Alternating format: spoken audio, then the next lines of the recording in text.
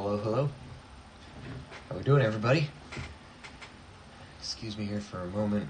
A little bit behind, but gotta change the stream title.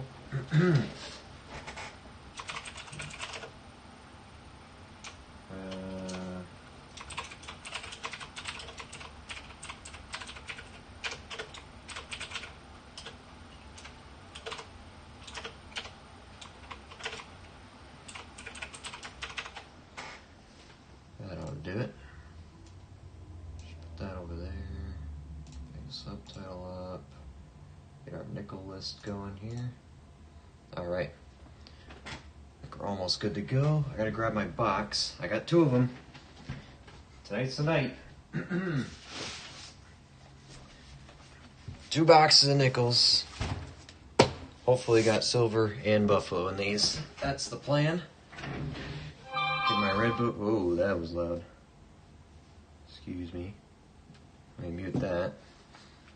I'm gonna flip my red book open to the nickels. We got it pretty down by now, but hey, I'm only human. I forget mintage numbers and stuff all the time. So, so we're gonna settle in. It's gonna be a good stream. I'm hoping to redeem ourselves from the last double box hunt. It was not too great, but hey, we'll get another chance, I guess. Well, we got two. What do you call it? We got 4,000 chances tonight. 2 boxes of 2,000 nickels each. So here's hoping that this first box isn't all brand new, unless they're 24 Denvers. I won't mind. But looking for circulated. Looks circulated. Okay, partially circulated. 2022. See some older ones here though. That's a 63, I think. This one looks good. This one looks good. Don't see any buffaloes or silver on the ends, but hey, we rarely do. That's okay. That's gonna be box number 1. I'm just gonna get started. We're gonna break right into it. We got a lot to do and no time to do it, so we're just gonna get started. Ooh, and I'm gonna drop the first roll right on the desk. That's not silver, it's just dirty. So there we go. Raymond, hey, how are you? Good afternoon indeed. Well, I mean, we're officially nighttime here now, but hope you had a good day. What is today, Thursday? Yeah, it is Thursday. All the work days just blend together now. It's either weekend or it's Monday. Everything else doesn't matter. But we got our list. If you guys are not, if anyone here is not familiar with what we look for, just, watch the scroll wheel for a couple minutes. You'll see everything I collect. The numbers in brackets are our yearly total so far. And as we find stuff, I will be adding extra numbers to the side of that. Yeah, there'll be an extra number next to the brackets of what we find today. So that's the plan. We're looking for silver, looking for buffaloes, looking for low mintage, mostly modern low mintage. We're looking for 24 Denvers, well, 24 Phillies as well. I'll take both. 2009s, that one looks good. That's a 63. I just check these really. I do set them aside. These do have a triple die. It looks like there's some machine doubling going on the S. Actually, the B as well. I think that warrants a closer look a little later. That S does look machine doubled, but the only reason I really check these 63s is that there is a chance for a triple die. So that's why I set those aside. But that's a potential one to look at a bit closer later, I think. But we got a lot of nickels to go through, so I'm not going to try not to get held up on too many. I'm going to try to glance at them and keep going because, oh boy, we got a lot to do. So, I'm also going to, I think I'm going to do 5 rolls at a time before I update our list. just so we're not updating it every single roll. I think it's going to take a little too long, so yeah. Raymond, have I seen you around? Your name seems oddly familiar, and I apologize, my memory is awful, but I know you commented on something of mine earlier today. I didn't get back to it, but I'm at work all day. I didn't I don't get any time to actually look at what people said and on what video, and I didn't get a chance to respond yet, so I apologize for that. But have you been in a streams before? I guess that's what I'm trying to that's what I'm trying to ask. I feel like I've seen you around. Maybe it was just the comments, but if it's your first stream, I appreciate it. Welcome. This looks older. This is our first 39. Like old like that. It is a Philadelphia, so we can check for doubled Monticello. We've been getting lucky with errors and varieties, so we're going to check them. I don't see it there, but we're going to take the 39. I also see a Denver mint mark here with a 50s green tone to it. Hopefully that's something good. Maybe it's a 1950. Nope, it's a 48 Denver. Still goes in our collection. 22, 23, 85. Not too bad for roll number 2. Very thick edge on that. 18, there's an 01 again. 4, there's another Denver mint mark. 64. Doesn't look repunched, but I look at them all closer at the end. It's a Philly.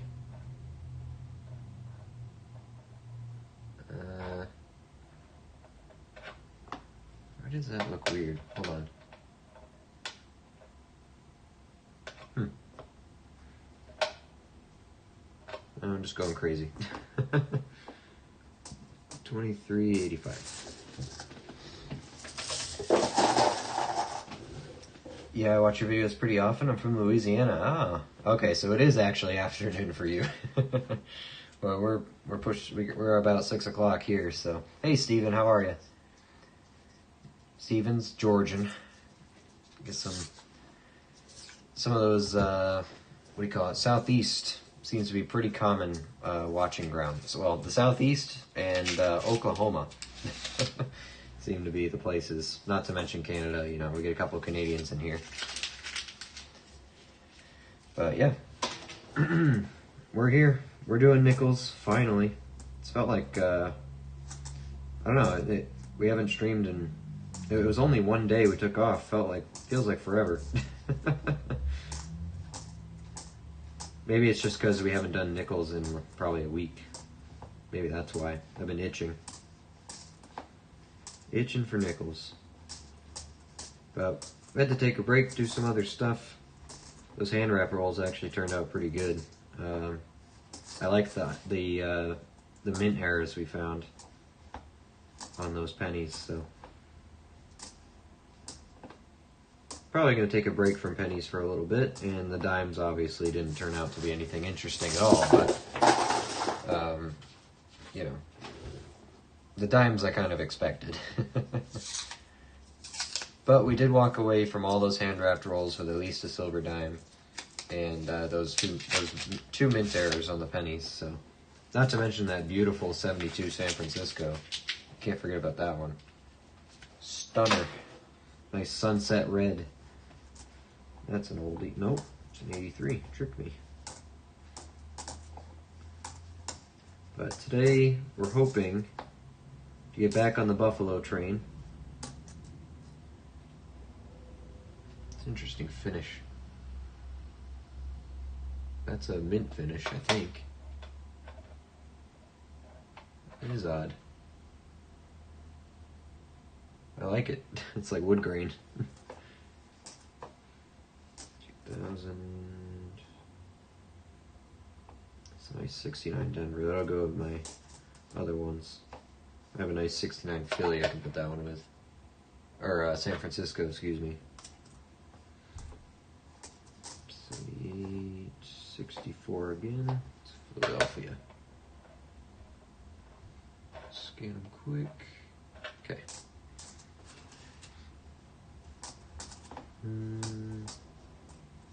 First 76. 2020 dryer coin. Haven't run into a bison yet. 19 and 13. Okay. For everyone just stopping in now, we're going to do the updates every 5 rolls instead of every roll, so I'm not spending a whole bunch of time on the scoreboard. That's the idea. But speaking of scoreboards, the full list is updated, so the Google spreadsheet in the description, completely updated for this year's hunt, at least for nickels. I still have to put the pennies from the hand-wrapped rolls in the pennies list, but the nickels are up to date.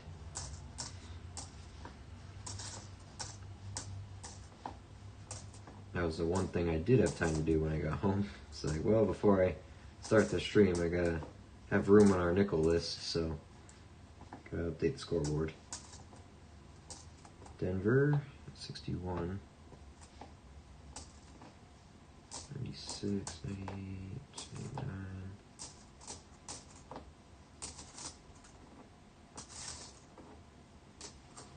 Mm, 1599 and 03. Okay, so that was 5 rolls. Let's do a recap here. 5 2001s. I'm gonna keep that one. I gotta get my list. Where did that go? There it is. 501s, a single 76. I'm on my keyboard so I can actually type on it. That would be helpful. A 39 Philly already. We like 1939s. And a 48 Denver. 39 Philly. 48 Denver. A little bit of a slow start, but hey, what are you gonna do? Where can I put this? I guess down here.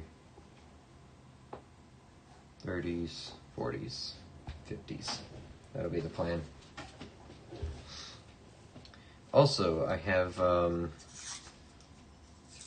some ideas coming up here.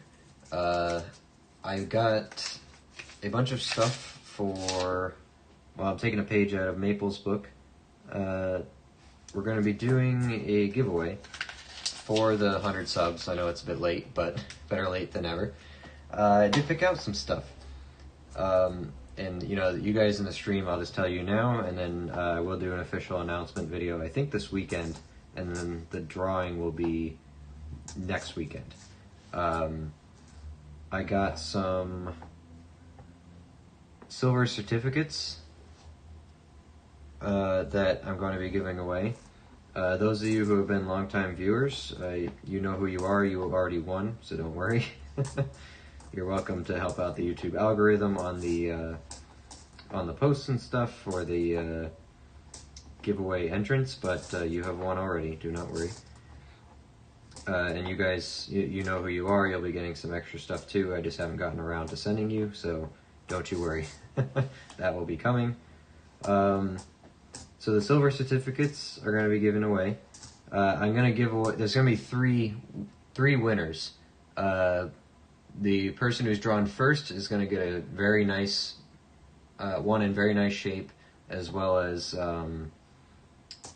I think, some Silver War nickels, and I'm still fleshing this out, but I have a couple other ideas. But as well as some Silver War nickels, and I think a 1976 $2 bill, something like that. Still fleshing out the exact details, but the silver certificate is a definite. First place will get a bunch of things. Second place will still get silver certificate, but it won't be as nice as first place. And then third place will, second place will also get a bonus one other thing. And then third place will just get a silver certificate. So that is the plan that I'm going to put in motion. So details for how to enter that and all that will be coming out soon. I'll have a short video on silver certificates themselves, and at the end of that video will be details for the giveaway. And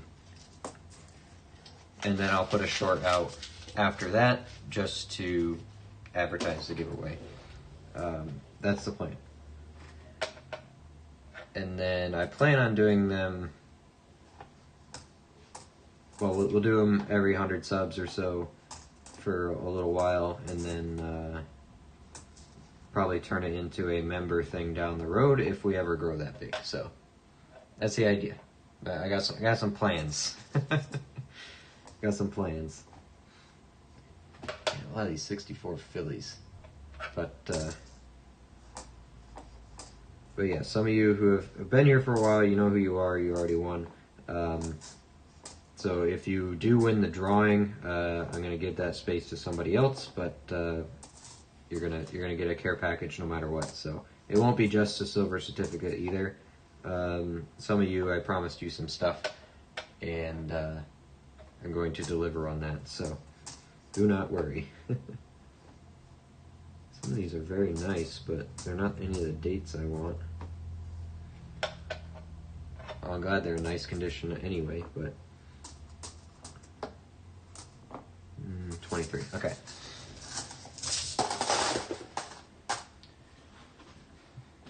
Steven, I'm pumped. Yeah, Steven, I owe you, I got a couple things for you.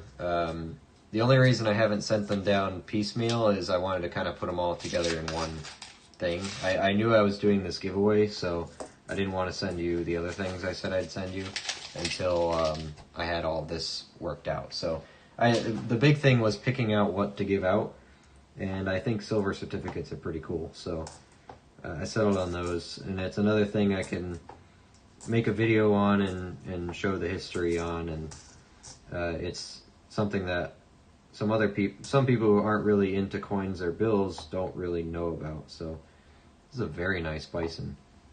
That is very, very nice. It's in mint state. It's got some tiny little dings on it, but we collect these very nice ones. So yeah, I think I'm starting off with some silver certificates, and then I have some ideas later down the road for some other ones, because I like bills too. We don't want to just stick to coins, so there's a lot of cool stuff out there. And I'm excited to make a video on the silver certificates as well. So they're not going to be super rare ones or anything by any means, so no one get excited, because I can't afford to just give those away yet. But all the money the channel gets from the the affiliate links, and in the future if it's advertising, stuff like that, all of that money is going to go back into giving out stuff. So I'm not going to keep any of it. That's the idea there. So it's just for fun, just to give back. So I don't really want to even... Ooh, Canadian. So that's the idea. I'm excited for it. I've been looking forward to doing it for a while. So this weekend there should be a video out on it. If it's not this weekend, it will be early next week. Yeah, I gotta make sure I actually have time tomorrow to do it, because I'm gonna be slam-packed busy this weekend, except for Sunday night where we will be doing our half dollars again. So, but next weekend we're gonna have a break. I'm gonna be on vacation, but I might do that walk around stream when I'm there in Pennsylvania. I got a few places I want to go that I know have coins, so might do a live stream. Here's Lizzie, 1980. Does that fall in nickel? Does it go to 82 for nickel? I don't remember. I don't have my list up again, but I think that's nickel, right? Someone can tell me. Hey, Maple, how are you? Welcome in. You owe me nothing, sir. I'm grateful you're willing to send me something. Yeah, I know. Well, some of them are just your pennies, so... but you've been here just chatting up the YouTube algorithm, so I gotta send you stuff.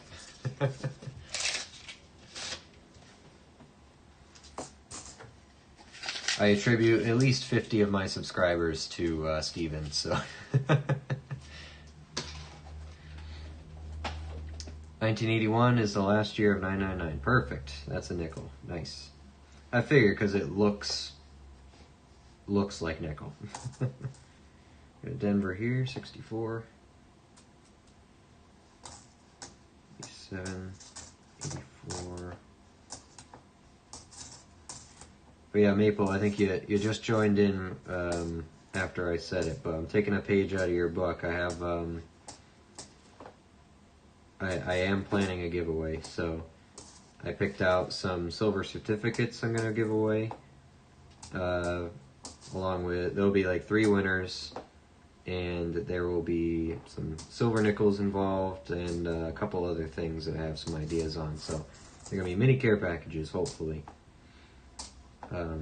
But like I said earlier, that those of you who have been here around since the start, you win automatically. But yeah, so don't worry. 301s and the 1980 Canadian. A little slow, not gonna lie, but oh well. I don't think I have an 81 yet. We do not. Let's see.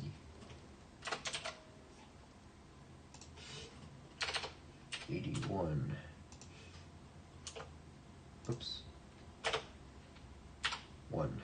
Perfect. Okie dokie. And the Canadian. Nice. Move on. At my Coin Club meeting, this one person asked me if people really save the 999 nickels. Yeah, you can just send them a link to one of my streams. Here's your proof. The Americans do.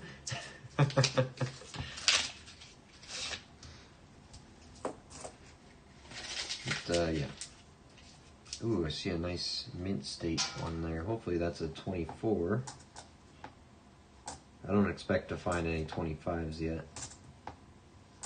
Unless it just looks really nice. Oh, that's just a really nice 2021. Tricked me. Ooh, that looks nice. That's a beauty 63. Of course, the camera always makes them look ugly, but steps still got worn off, but it looks nice. 63. Keep that in a separate pile. That one looks good. 64.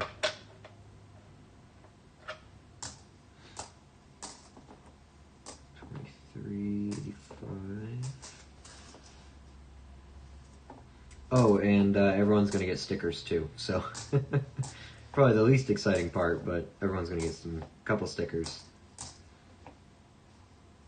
64.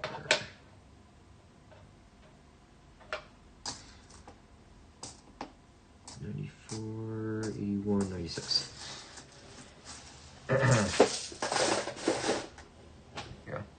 Sounds generous? Don't worry, it's not. I don't have enough money to give away really expensive stuff, so I just pick things that sound cool and things that most people probably don't know exist nowadays if you're not really into currency. So the silver certificates are one of them that honestly I was surprised what I could get them for.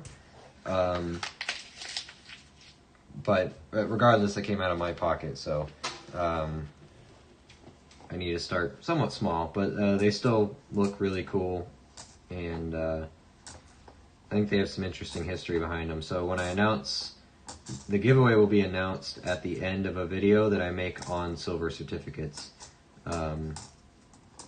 because I want to talk just a little bit about the history, and for people who hopefully don't really know much about coins or currency like that, they get a little bit of the history of what I'm giving away before they enter it.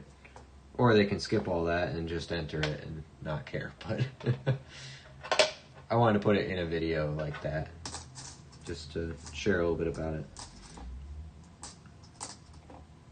96, 97, 20, 94. Okay. hiding the fines again, I say, hey Matt, how are you? Yeah, putting them back here. Just a 39, 48 Denver, and we found a nickel Canadian, 1980. Yeah, honestly, it's a bit of a slow box, but having fun. Barely picking out any 2001s or 76s, but hey. Oh well. Maybe the next box will be better. If this double box hunt is another skunk like last time pretty much was, I might have to pick up from a different bank for a couple weeks. They treated me very well at the beginning, but the quality of fines have diminished a little bit. Or maybe that's just the cycle out where I live right now. Everything's new right at the moment.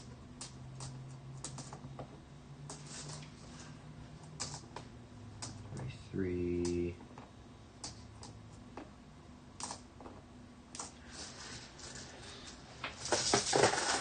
Silver certificates are cool. Yeah, I think so too. And if you didn't know they existed, you probably, if you don't really look at your change too much, you probably would put it in your wallet and spend it without noticing. So, if you don't look too close at it. Also, yesterday was the first time I ever saw a gold certificate. It was a $20 gold certificate. I don't remember what year it was. Oh, it was a 1922. I do remember. It was a 1922 $20 gold certificate. I thought it was really cool. I kind of want one. It was $240. Which I did look up, and that is a good price for it, but I can't really justify it right now. But I want one. They look really cool. Because they got the bright yellow stamps on them, you know. Of course, it's not worth $240 in gold at all. If anything, it's worth way less in gold than it did back then, but... Because $20 of gold then was a lot. $20 in gold now is minuscule. 2004. Yeah. The only way to stop you from taking all the nickels is to stop putting fines in the boxes. Yeah, they're trying to discourage me or something. Last time money was real, yeah.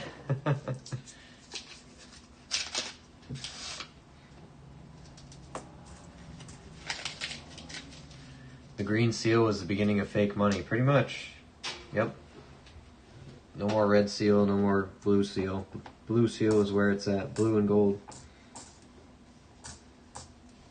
That's when our money was actually worth, actually backed up by metal. These are brand new 23 coins, so I'm wondering if that's the newest we're going to get in these. 22. This? Nope, it's a Denver. But it was the coolest thing I saw that I could get a bunch of them for a decent price, and I thought, you know what? I think this would grab some attention and, you know, make people a little bit interested in, you know, it might pull them into the coin collecting and currency collecting world. It's a cool little bill, you know. And I got them all for, I got a decent deal on them, so.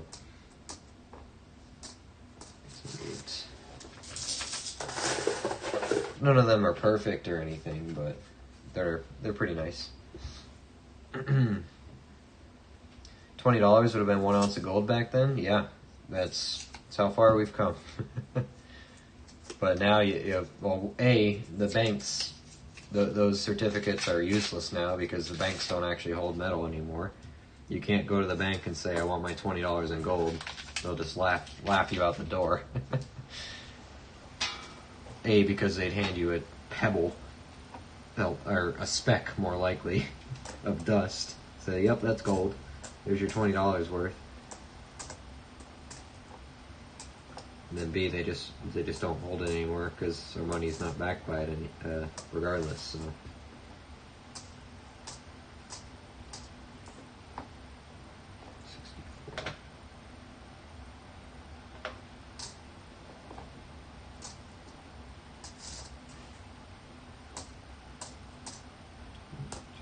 One, 60 Denver. I think I checked those.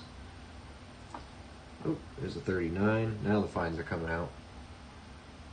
39. It's a Philly. Check for double money. I don't think so. Nope, don't think so. But we'll take a 39.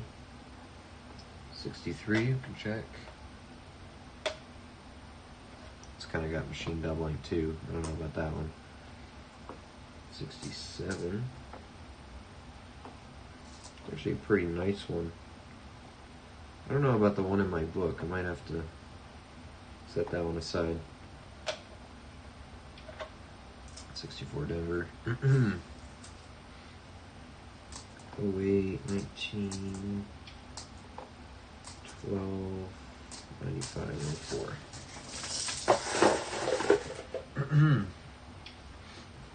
I picked up 2 boxes of halves this week. Both are circulated, so I'm hoping for some finds. I hope you get some. Hope you get some. I think, what did we talked about the other stream, how customer wrapped rolls are the best place to get 90% silver. Bank wrapped rolls, though, you're more than likely going to pick out 40%. Is that what we figured out? I don't know if it's true, because I've only found one 40%er so far. But, you know, Dave was in here the other day, and he said he did 8 boxes and already pulled out, what, like 7 or 8 or 9 pieces of silver? A couple 40%ers and 1 or 2 90s. So, I don't know. I think it just depends if you're lucky or not. It's a nice one. Yeah, we got some beauties here in the oldies. 67. I picked out a nicer one already. Just did that. Remember that. Bison.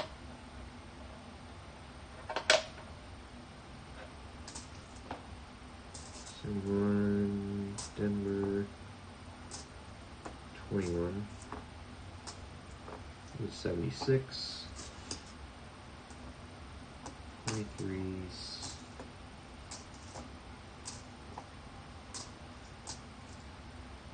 1, 16,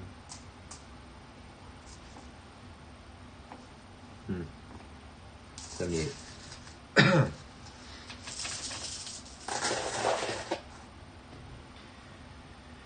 Big money news. The Treasury is producing a $250 bill with Trump's face on it. I'm trying to reverse the law that says someone has to be dead for the face to be on the money. That'd be pretty funny. That'd be pretty cool. You know, that's why, you know, I don't really like that they discontinued the $500 and $1,000 bills because, you know, with inflation and stuff, they're becoming more relevant. It's like, we should still, with how much stuff costs, we should still have the $500 and $1,000 bills being made. That's an opinion, but I don't understand why they destroy them now. I think they're cool. So, I think we should bring those back. But I think they have to make it different from the old ones because you don't want to ruin the collector's value of, you know, the people who do have them still. Make it a different design or something like that. So you have the old 500s and the new ones.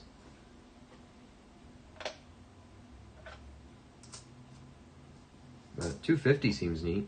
I mean, if we have, you know, $100 bills and $50 bills, why can't we have 250? Even 200 would be nice. Because, you know, we have $1 bills and $100 bills. why not? Or, yeah, and $2 bills, so why not a $200 bill?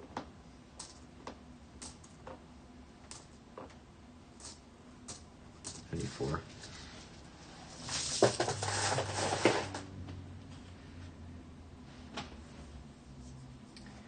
That sounds right. 90s should have been pulled out years ago, but it seems some keep finding their way back into circulation. Yeah, some of them get dumped back in by people who don't know. I think that inherit collections and stuff. So most of the 40s, I think, tricked the machines and all that, so. But he found a Walking Liberty yesterday. Wow. Lucky duck.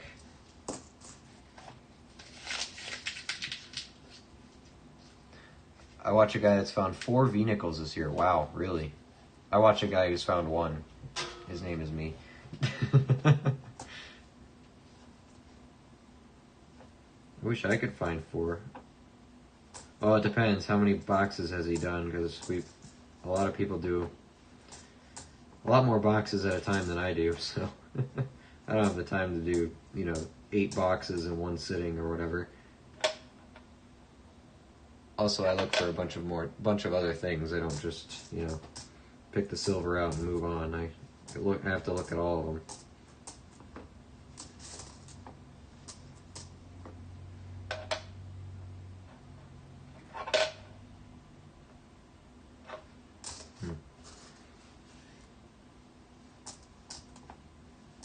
Eight, 1. Oh, I didn't even see that. There's a buffalo there. Completely missed that. Oh, good. We're going to reverse the curse from... Oh my gosh, that's a raised mound. Hey, that's a variety 1. It's awful, but that's a 1913. We don't even have to flip it over. I haven't found a raised mound yet. Look at that. Come on, camera. Bring it back. Cool. Is the date visible? No, it's gone. We don't even have to nick-a-date it, though. We know what date that is. That's a raised mound. Cool. Hold on, let me finish this roll. I didn't even see that. That snuck up on me. Just minding my business, going through my roll. 500 to the new 20. Yikes. Yeah, that's kind of what it feels like. Agreed, they may be coming back. I think it would be cool to have 500s and thousands back. I really do. I was reading about the $1,000 bills in Canada was intended for banks to use for their reserves. Yeah, that makes sense. That makes sense. But really, the 500s, the 500s and thousands here, anyone could have. Like the people on Wall Street, their wallets would always have like 500s in them because they're rich. So, but yeah, let's look at this. Let's look at this variety 1. I never thought. Well, I knew I'd find one eventually, but no mint mark. But it's a variety 1, raised ground. Because there's 1913s in the variety 2 as well, but this is a variety 1. Definitely no mint mark. Nothing between 5 and cents there, which makes sense that it would be a Philly, but. The raised ground just alone is a good find, so. Apparently a 1913 Denver variety 2 and San Francisco variety 2 are worth a lot of money. Even though, yeah, it's a low mintage, but it's not too different. I wonder why that is. I'd have to look it up. Huh. But yeah, we don't really have to nick-a-date this one because it has to be a 1913 Philadelphia. We know exactly what it is without nick-a-date, because if you look at the other side, it's pretty bad. Yeah, Liberty's pretty much gone. It's not pretty. But it's a year 1. Variety 1. Oh, that means we were so close to getting a V-nickel right there, right when we were talking about it. So close to the date for a V-nickel.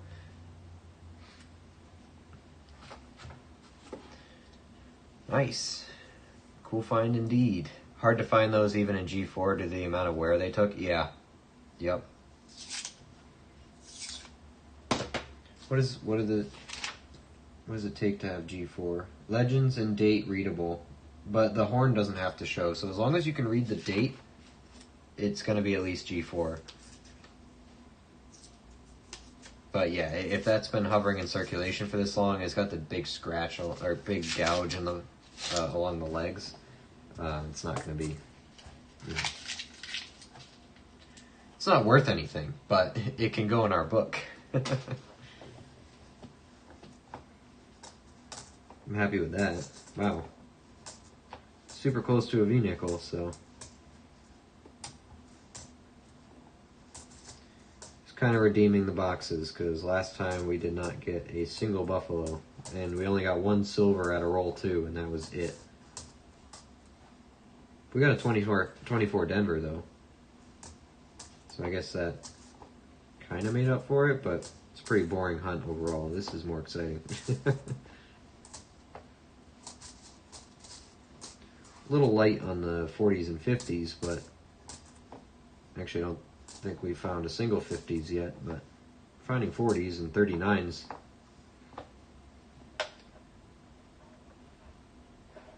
But we're not even halfway through the box yet, so. Alright, let's update our list. 2001s, we have 3, 4, 5, 6, 7, 8, 9, 10. 10. 10 01s and a 76. 18 and 2. We got the 39 Philadelphia, number 2. Philly number 2. We got the 49 Denver. 49 Denver. That's our 4th one of the year. And then the 1913 Variety 1 Buffalo Nickel. Take that. Feels good to add that to the collection. We gotta make another spot for it. And we don't need to mark it as a no date, even though it is. Because we know what it is. 13 Philadelphia was 0, 1. We'll do Variety 1. Variety 1. There we go. Nice. I don't know if that'll actually fit on our scroll wheel. We'll have to see when it comes back up, but I don't know. We'll see. Onward. Want to trade a roll of 24 Denvers for Phillies? Yeah, you want to give me a roll of 24 Denvers? I'll give you a roll of Phillies. If it's traded that way, absolutely.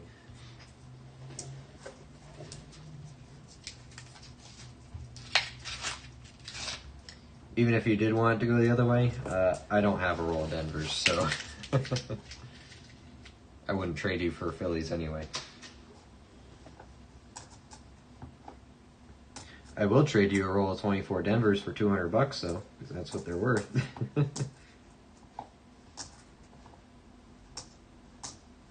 Denver, 64.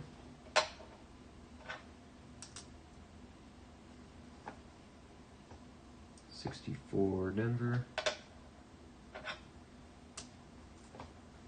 11, 22, another Denver, 64. Another Denver, 54, first 50s. There it is. Bison.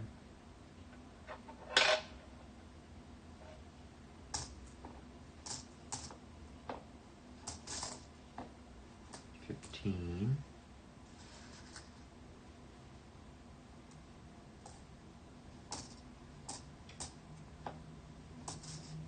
$20 Denver, 01.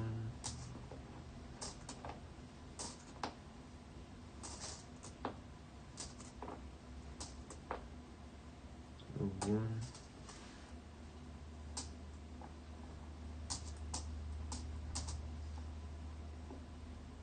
$70 Denver. All found hunting. Some have a bit of circulation damage. They're not rare for my boxes right now. Really?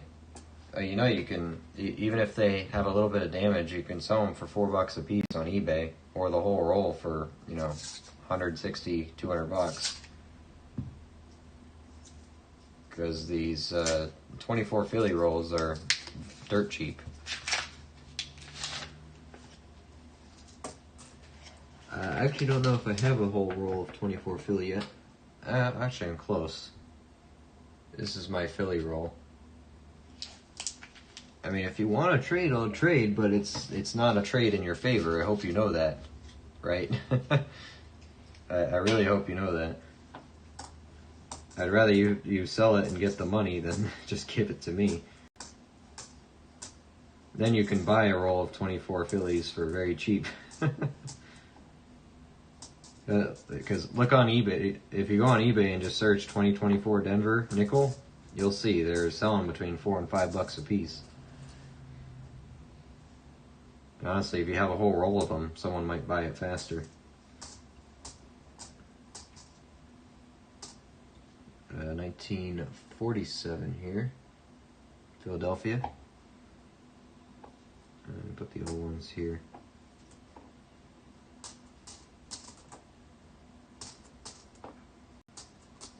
$14.92. Here, I'll look it up just to lend merit to my statement. Make sure I don't make sure the price of them didn't drop overnight, but I'm fairly certain. 2024 Denver nickel. Sort them by sold. Come on. Sold. Completed. Show. Let's see.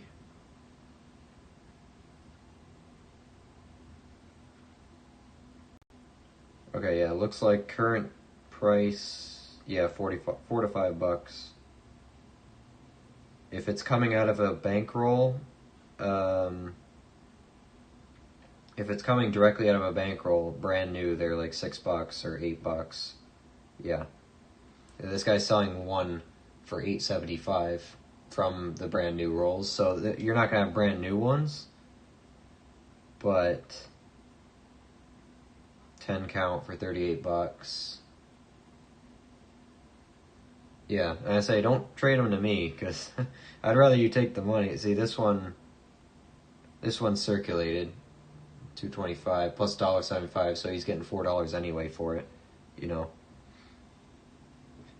So if you sell your whole roll of 24 Denvers, even if they're circulated, you know, sell it for, let's see, well, 5 times 40 is 200. Sell it for like 150, 160 bucks. Then just buy a brand new roll of 24 Phillies. You can probably get a mint roll for super cheap. Yeah. So looks like that's $6 a nickel. That's crazy. Pull 4 to 5 a box. You're a lucky man. $15 for a bankroll of 24 Philly. There you go. See? Sell yours for well over 100 and buy a new one. Hey, Chew, how are you? You're not a good salesman. You almost made $250. Oh, I'm a great salesman. I'm just not into ripping off who people I consider friends at this point. So, if anything, I'm a great salesman. I just convinced you to make money.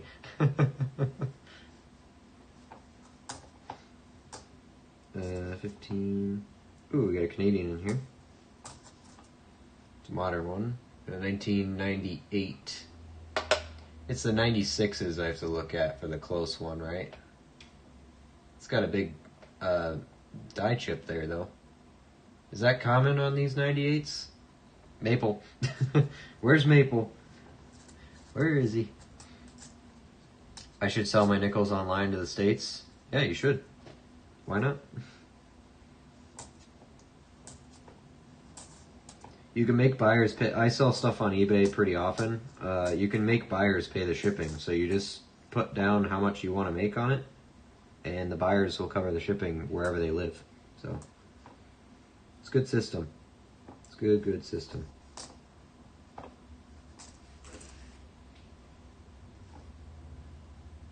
This is a weirdly worn one.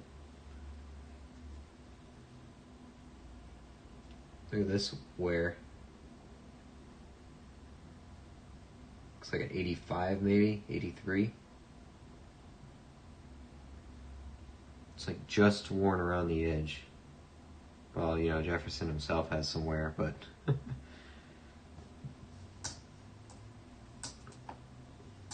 6, 78, 70 Denver.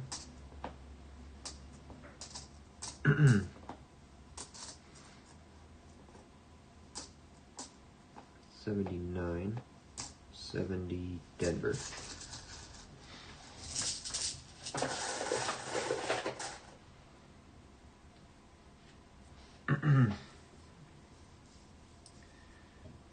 Agreed. I would save that 98 for that error. Yeah, it's a pretty solid die chip, honestly. It's pretty obvious.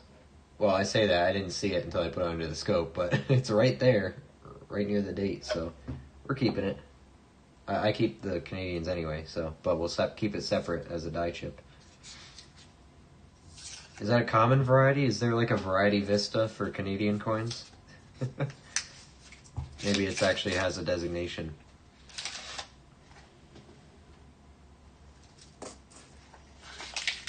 I don't know.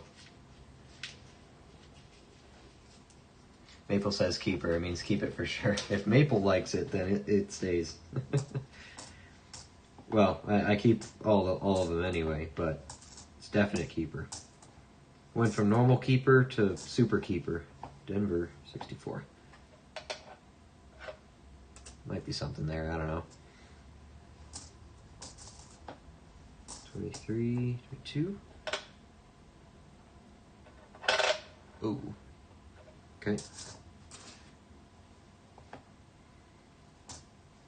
18.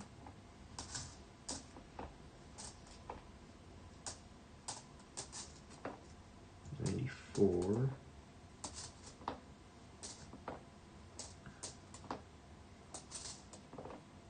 There's a 46. Philadelphia, very worn.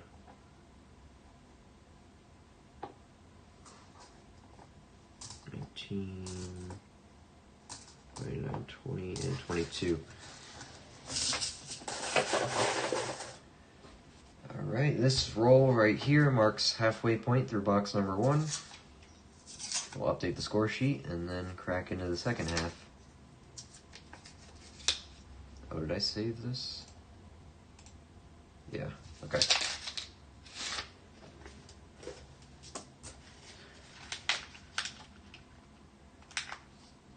So, hey, Matt, you said there's a... You're getting a lot out where you are. Were you the one who lives in Oklahoma? I forget. Are you near the Denver Mint? Because if you are, that would explain it. You near Colorado? I'm sorry, I forget where people live.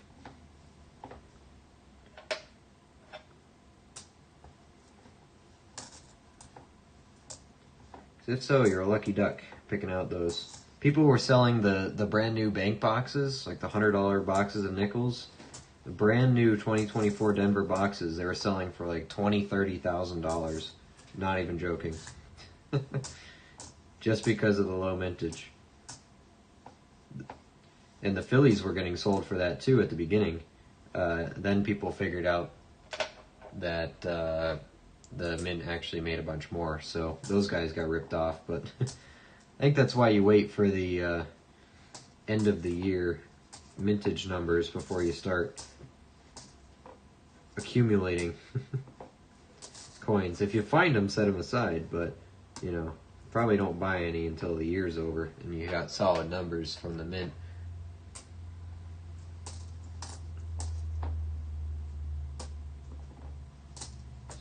$16.96 and 2000. Alright, let's update the list here. We got 501s, 176, 23 and 3. We got the 46 Philly, 47 Philly,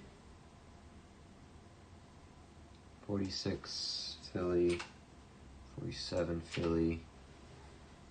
Got the 54 Denver. 54 Denver. Let's put these away. 47, 46, 47, 48, 49. Got a row going. And then the 54 goes there. And then the 1998 with a die chip. Cool. Do we have a 98 already? We do. This will make number 2. 1 and 1. Nice. Okay. Moving on. Second half of the box. I believe we have a barber, half, quarter, and dime. You just missed the nickel design. Oh, you talking to somebody else? I was not included in this conversation. I don't know what's going on. St. Louis, Missouri. We don't see Phillies mints here for a few years. Really? Okay. I'm just kind of surprised that, you know, we live on the other side of the country from the Denver Mint, yet I'm getting an okay amount of 24 Denvers, so.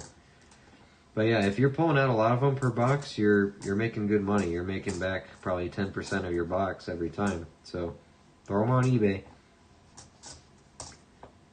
Maybe like pick out the really nice ones and sell them separate, and then sell the rest of them as a roll, like a circulated roll or something. Because the individuals you might be able to get $6 to $8 for if they're really nice.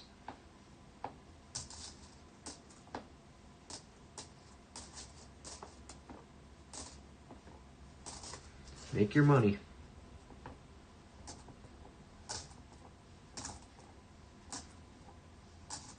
Then you can use it to buy more coins. That's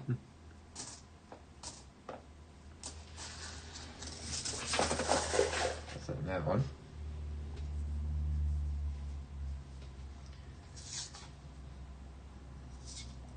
You just remember when you're sitting on a pile like Warren Buffett that it was me who it was me who reminded you.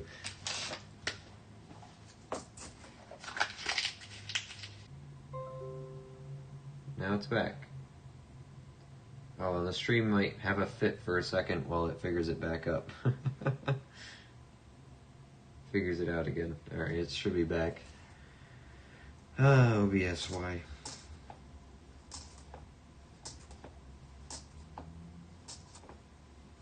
Seven.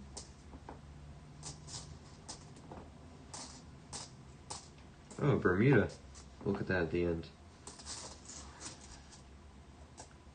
79, 95. Bunch of new ones in here. Should probably just flip that 04 over just in case. Got a Bermuda. It's gonna have the fish on it. 1982. Cool.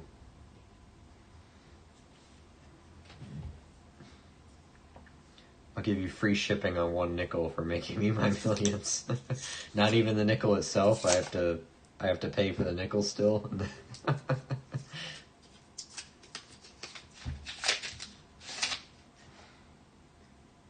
Ooh, I think that's just dirty. Yeah, that's drier, drier and dirty combined. 88, 21. Denver. It's a 64. I don't think I'll be able to. Yeah, I'm not gonna be able to tell what it is anyway. Tell if it's repunched, I mean.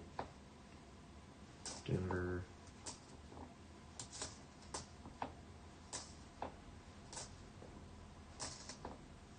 Oh, 76.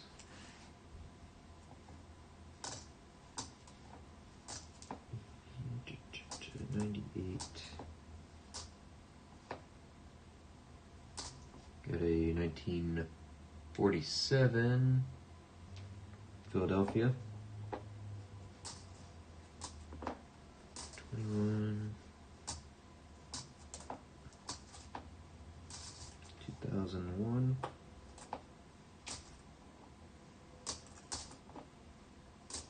2000.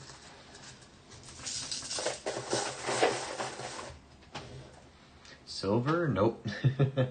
Not quite. Just dirty. It was too dark. It looked too worn too. I mean, silver wears, but doesn't wear like that. Oops. Get that there.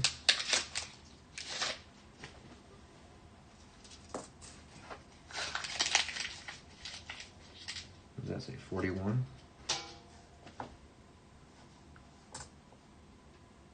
Yep, 41. It's very dirty. 41 Philly.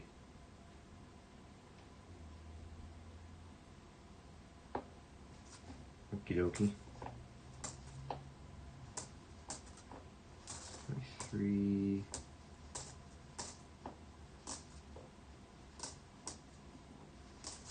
88, 79, 2001.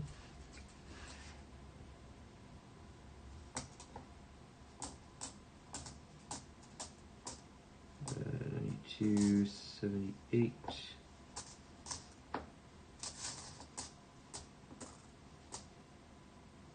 96, 99,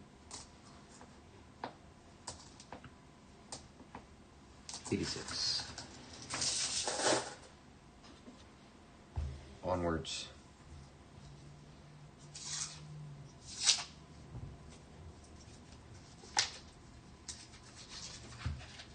I gotta pay attention to my scroll list. I want to see if that buffalo nickel actually fits on the list, or if I have to make it slightly bigger because I added that variety 1 thing to the end. Might be fine. Just gonna remember to look up in the next few seconds. 1946 Philly. We're around the silver dates.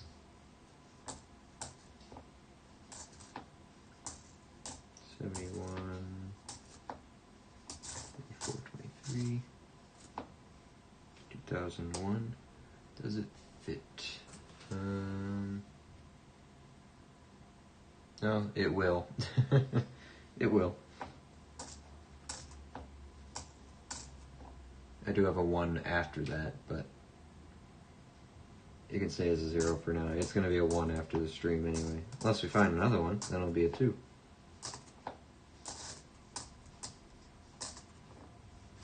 83, 64. It's the other 64 though.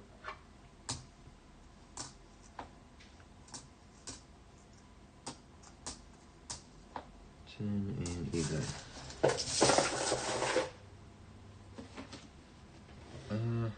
I should update here. 401s, 276s, 4 and 2. We got the 46 Philly, 47 Philly, 41 Philly, 41, 46, 47. 41, 46 makes 2, 47 makes 2.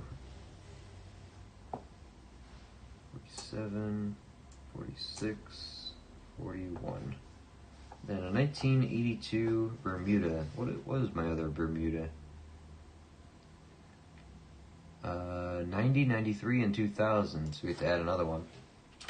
It's our new oldest Bermuda. 1982 by a while too. Put 1 there. Nice.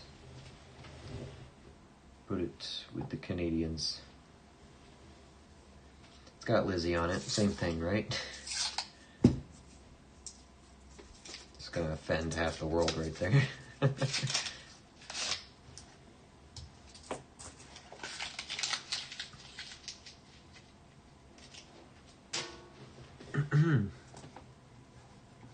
11, 19.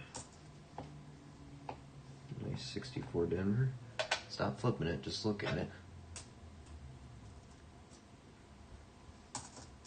04. 07, 75, 77. Denver, 64. look at it.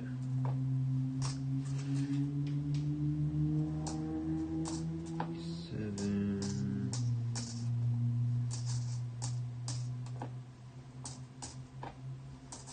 64. Another Denver.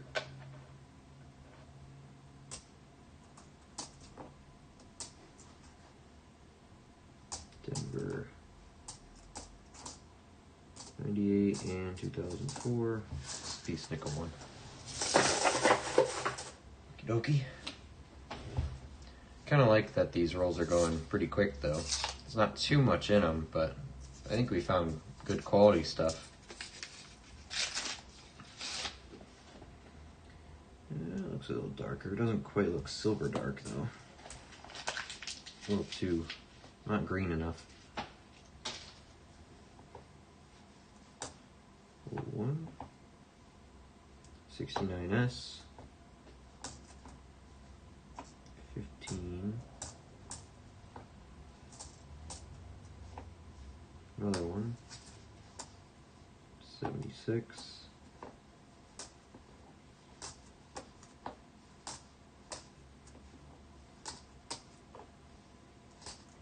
$364 Denver.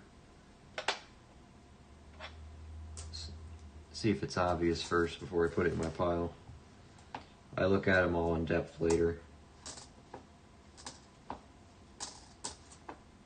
It's kind of hard to see with the microscope zoomed where it is. I have to bring it in closer. Check for the repunches. 23 and 11.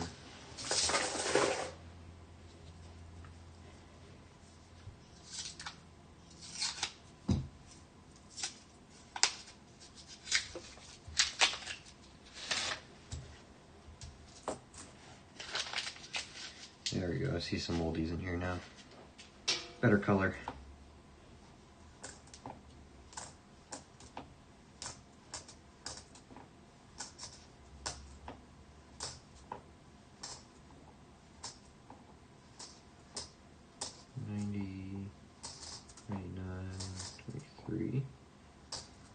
There's the one I saw, 47 to Denver. 23. Philadelphia 47. This one's actually pretty nice. Step's still going. There's a couple of them. It's a nice 47 Denver. 5, there's the Bison. Don't think he's wounded. And, machine double, not repunch.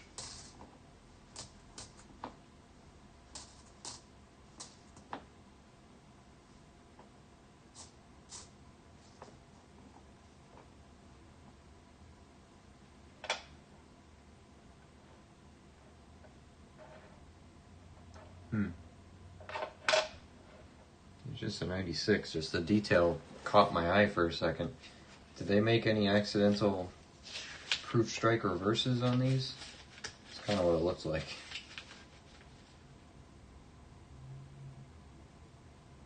Huh.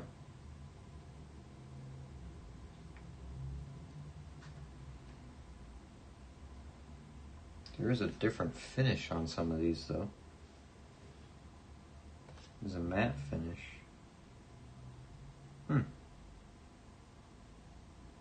Matte proofs. Pretty rare though. A couple thousand made of each. It's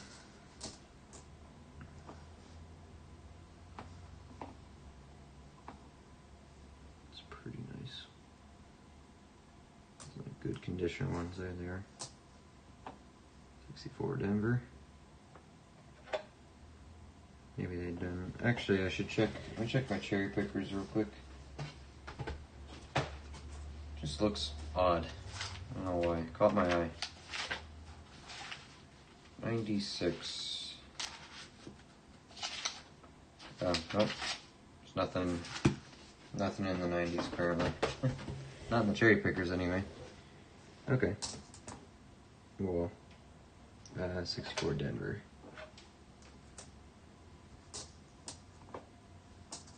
179. I remember that year well, the Atlanta Olympics bombing. 94? Is that the date you're referring to?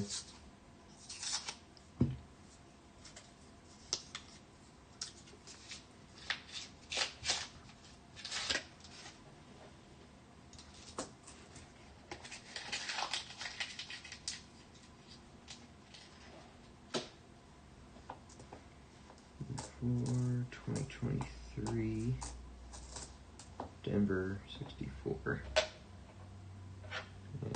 And not even gonna test that one.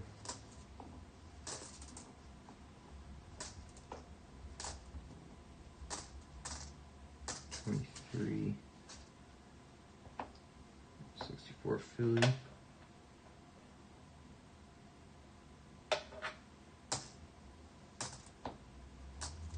To Denver 61.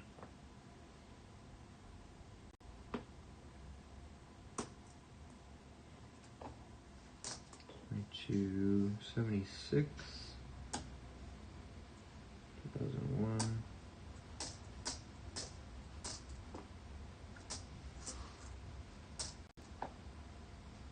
61.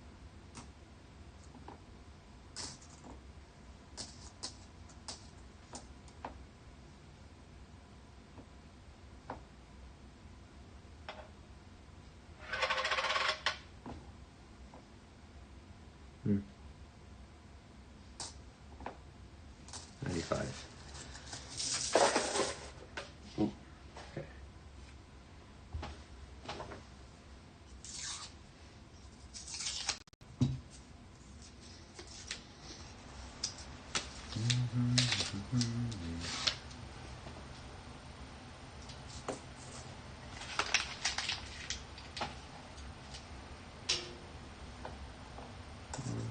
Three.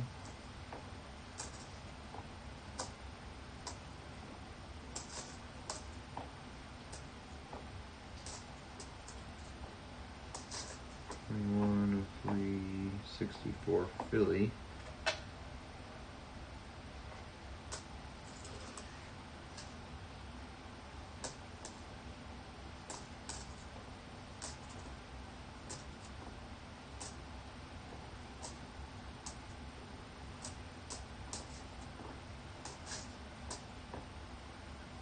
$14, 65.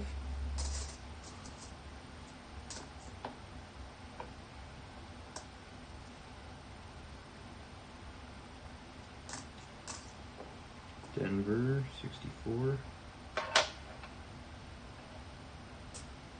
Give it a shot.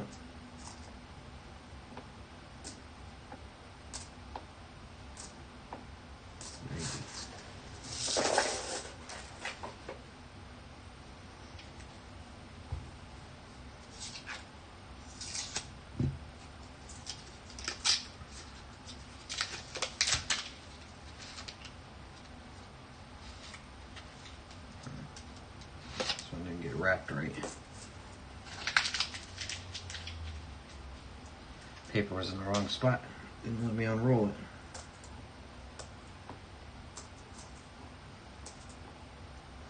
$13, 2006.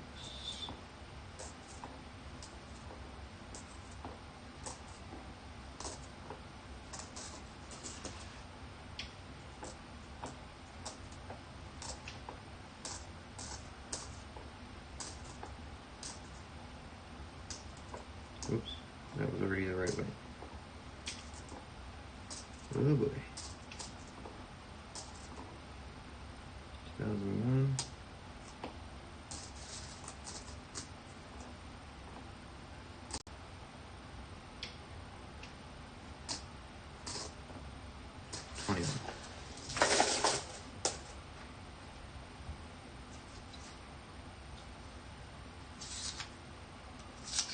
Ouch. poking through these rolls and stabbing my finger. Gore warning, I guess.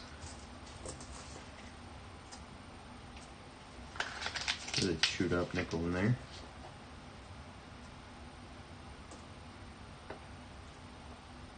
Oh, it's just nice. I thought it was a proof for a second. It's a nice bison though.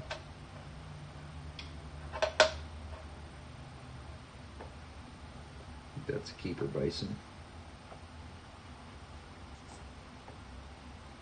64.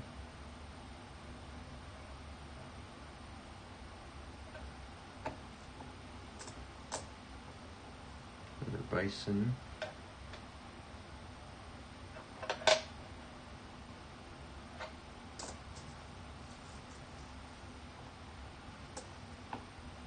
Another one. They're everywhere.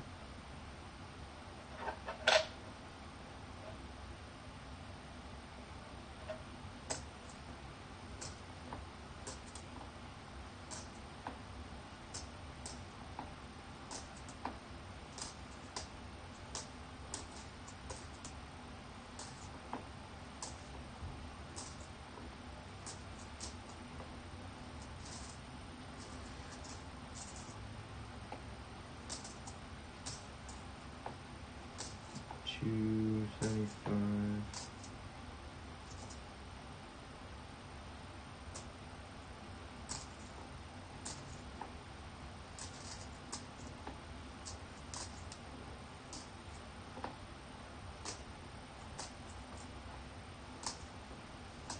$2.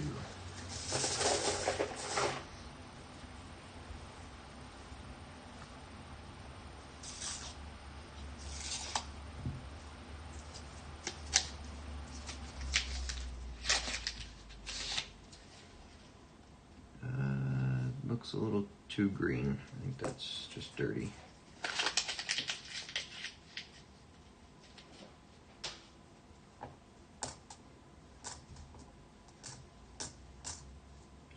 $64, Denver.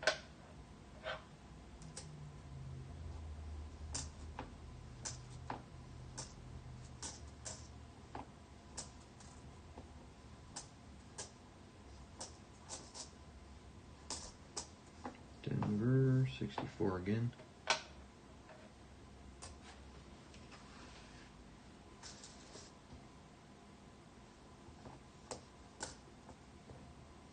Yep, just dirty.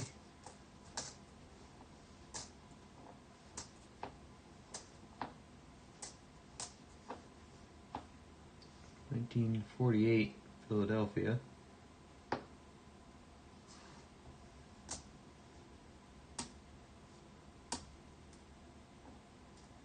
Wait, I put these in the wrong pile. I did.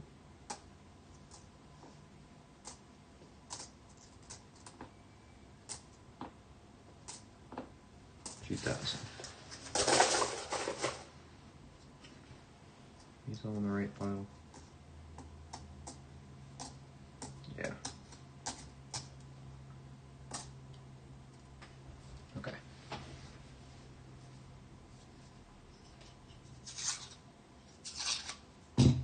Move on.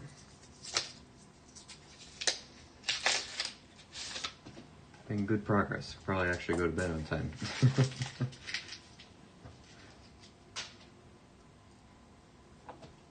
As fun as it is to hang out here all night, I also like sleeping.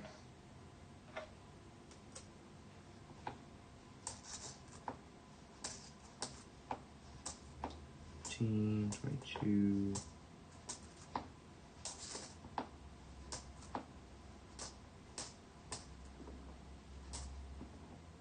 $63.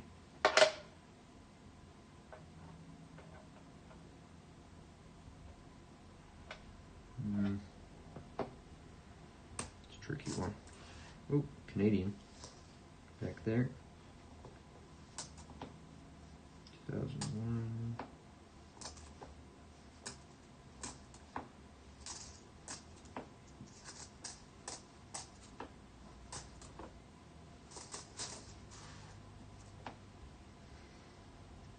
$19.88.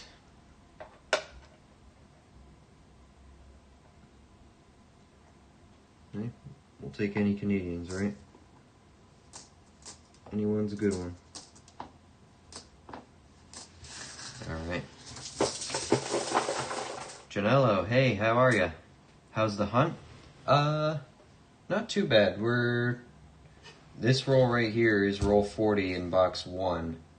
And then we got a whole nother box. So, best find of the night, we found a 1913 first year raised mound. So variety 1 first year Buffalo nickel. It's not pretty, and we can't see a date, but we know it's a 1913 based on the raised mound. So that's not a bad find at all. It's my first one. It can go in the book. It's really beat up, but other notable ones, no silver yet. Plenty of 40s finds. 50s we're a little light on, but I think I'd rather have 40s anyway. 1982 Bermuda, these are foreign. We got a 100% nickel Canadian, 1980, or 99.9%, whatever. And then we found this 1998 Canadian with a big old die chip on the D there. So that's a keeper as well. I keep all the Canadians anyway, but that one's a super keeper with a die chip like that. Wouldn't have noticed it if I didn't put it under the microscope, so. Alright, so here's roll 40 though. And then we'll have 10 more in the first box, and then we're going to start the second box. But yeah, a little bit of a slow box, but it's alright. Check these after. Let that sit under the scope for a while. Two Bisons here. 2001. Pretty nice 70. Look at my book. 96, 17, 94, 62.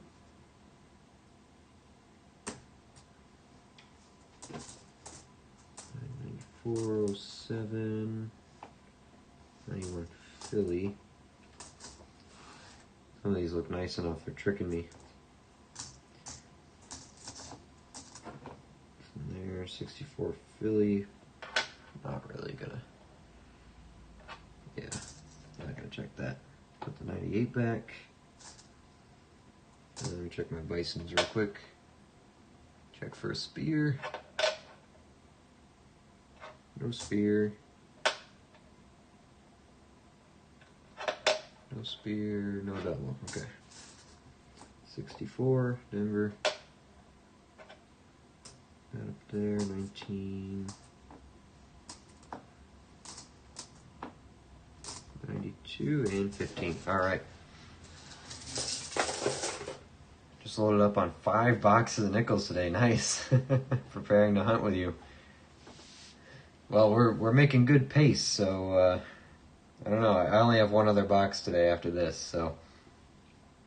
And if I had the time tomorrow night, I would do more nickel boxes, but I just don't, unfortunately. So, and then, but we'll be back Sunday with some $half. I got 2 boxes of $half for Sunday, so that's the plan for the rest of the weekend here. But 1, 2, 3, 4, 5, 6, 7.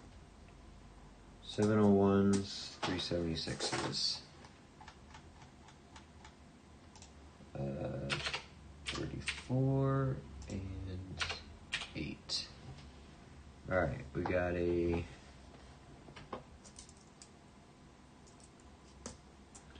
got a 69S. Mark that one in. First one. The Hunt, it's pretty nice too. 247s, a Denver and a Philly. 47. Philly makes 3, Denver makes 1. This 47 Philly is pretty nice, actually.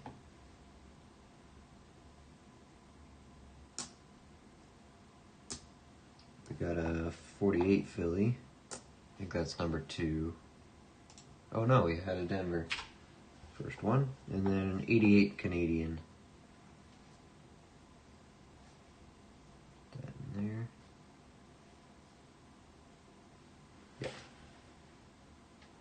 Did I just find that? Yeah, I did. I think I did. Ooh, I was actually missing that date too. Filling in the 80s. So we have 86, 87, 88, and 89. 88. Put a 1 there. Alright. Scoreboard's updated. Last 10 rolls. Here we go. Of this box. I think that 1913 and the die chip Canadian make this a good box, I'd say. We just have to see what box 2 has in store. See if box 2 has the silver we need or want. 71. I do like how this box feels though. I mean, there might not be a lot in it, but I don't know. Going through it has been fun. 23.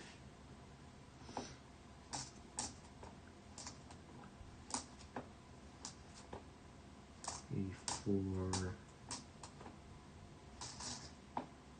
73.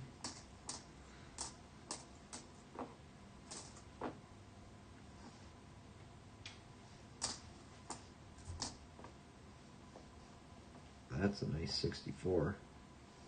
Thing is shiny. It is just a Philly though, but it's nice enough. Might give my book 64 a run for its money.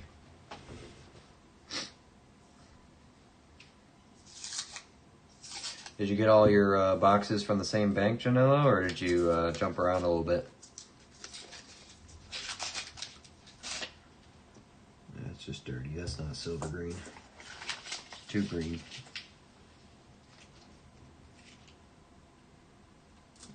It's pretty flat. Thought we had a blank. 21. 64 Denver. Let's start my second Denver pile. 61. 2001.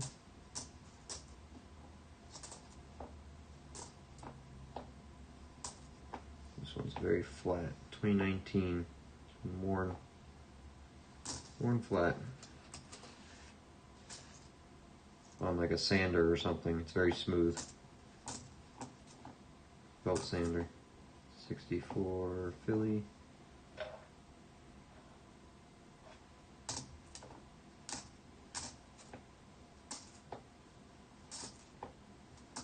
And 9.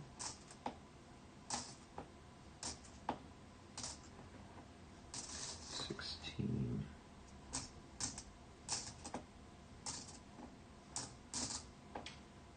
88.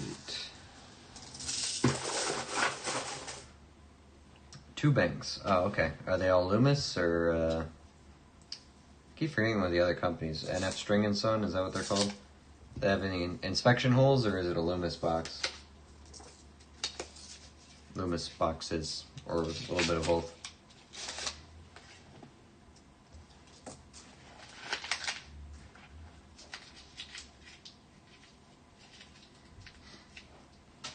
Hey Deborah, how are you? Am late, catch me up on the highlights. We're in the last 8 rolls of box number 1. This is roll 8. Bunch of 40s finds. Best find so far. We got this buffalo. It's pretty beat up, but you'll notice it is a raised mound. So we know it's a 1913. It's a variety 1, even though there's no date on it. Oops. That's our first variety 1 I've ever found, so it at least goes in the book. Couple Canadians, a Bermuda. Really cool Canadian we found, 1998. Big old die chip on the D in Canada right there. Happy with that one. Good min error. And I think that was about it, just a bunch of 40s. And we picked out some really nice ones, but yeah, pretty slow box, but got a Bermuda, a bunch of Canadas, and the Buffalo alone makes up for the box, it being a raised mound. So, and I like the error on the 98 Canadian. So I don't have a Canadian error yet. There we go. Now we do. So not too bad for box number one. Little slow, but it's been enjoyable to look through. Actually, I like how the box feels. I'm not getting bombarded with finds, but the stuff I do find is pretty good. Or, it's not half bad. No silver yet. Might have to wait for box 2 for that. Denver, 63.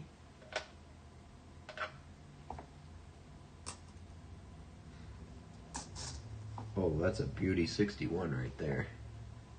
61 Denver, too. Cameras always butcher how good these look, but it's a beautiful 61. And it's a Denver. Definitely a book one. I think my early 60s do look pretty good, but I always forget. Between the nickels and the pennies, I always forget what they look like. 4 Brinks and 1 Loomis. Oh, Brinks, thank you for reminding me. That's what they're called. I don't know, I've been having pretty good luck with Loomis, but I haven't seen a Brinks nickel box in a while, so hopefully you have good luck there. Excellent, yeah, not bad at all, huh? I like a first-year Buffalo as much as the next guy, so no mint mark, it is a Philly, but hey, you can't have everything. I live in Georgia, but I can be in North or South Carolina within an hour. I think about doing a 3-state box hunt. That would be cool. Yeah, see what you get. That's why I wanted to stop at a couple banks on my trip out to Pennsylvania and back. I can grab boxes in Jersey, New York, and Pennsylvania. A bit of a northern box hunt. Try out the Amish banks, see if they have any better coins. And of course I'll ask for hand wraps everywhere. See who's got what. I don't know how much of success I'll have buying boxes since I'm not going to have an account everywhere, but try a couple banks. There are some banks around me here where I don't have an account with, but they're nice enough to sell me the boxes anyway. Depends which bank you go to, which teller you get, and whether or not they're having a good day or not sometimes.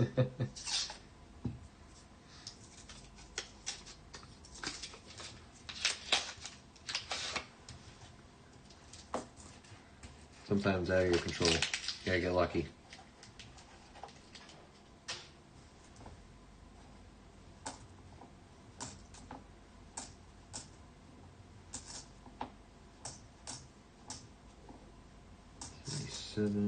Ooh.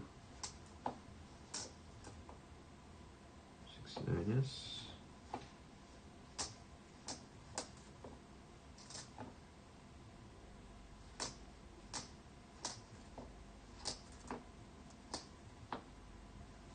Hmm. 2001. No 24s yet. I'm guessing this box has been sitting on a shelf for a while. Piece nickel. 71. Oh, it's a 59. Doesn't look bad. It's Denver, of course. And a 64, Philadelphia.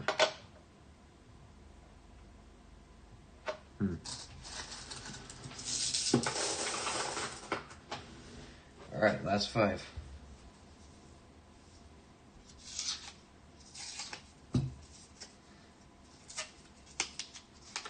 Hands are filthy. I'm gonna have to clean my mat at some point here.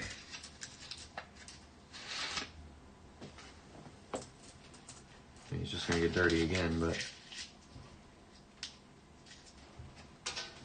look at the where I'm resting my fingers on the mat as I'm flipping through stuff. That's a awful 2001. 64 Philly. Got a 1951. It's a date I don't see too much. 51 Philly. No key dates or anything, not that I know of, but still don't run across it a lot. The scroll wheel's coming up here. We get a lot of 51s? Yeah, very few. Just a couple. 64 Philly.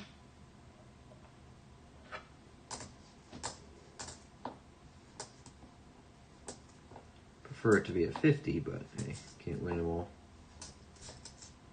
Yeah, they're there. 51 Philly, Denver. Yeah, we got 9 total 51s. Found the S at least.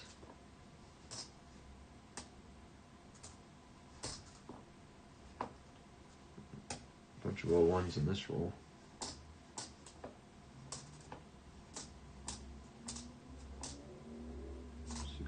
Denver. Another 39. Popular date today. It's a Philadelphia again.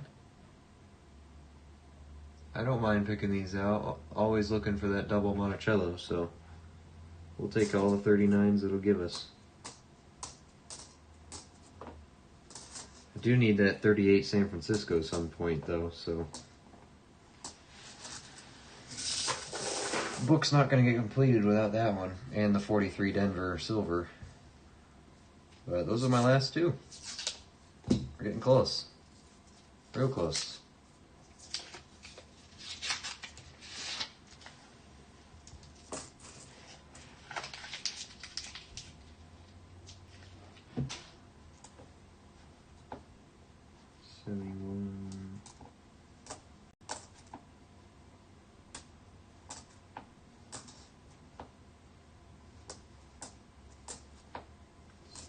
$77, $95, $68.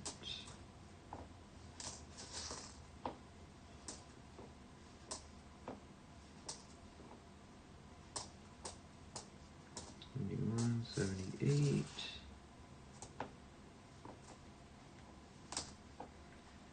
Bison.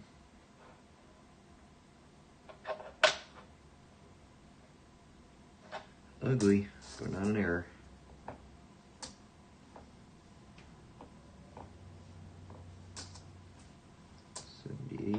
Denver, 64.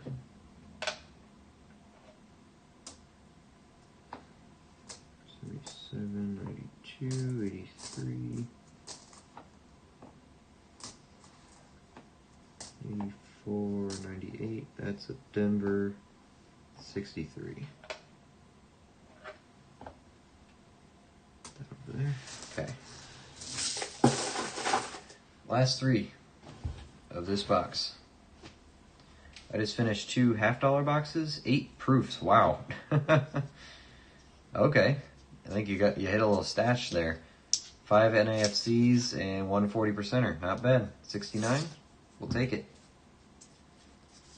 Count it as a win. What were the proof dates? And did they actually look good, or were they pretty circulated?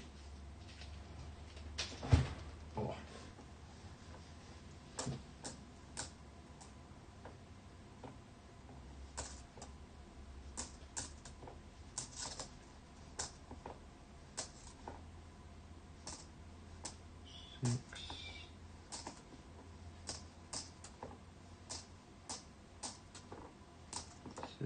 $17, $16, $87.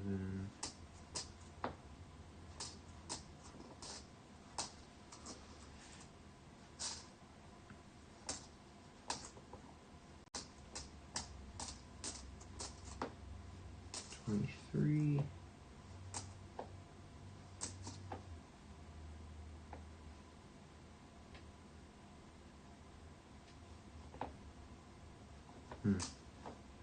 $85. Last two.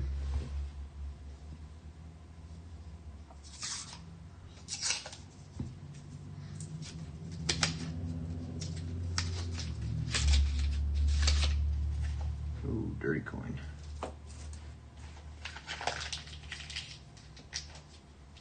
Very dirty. 89, 72, 64, Philly.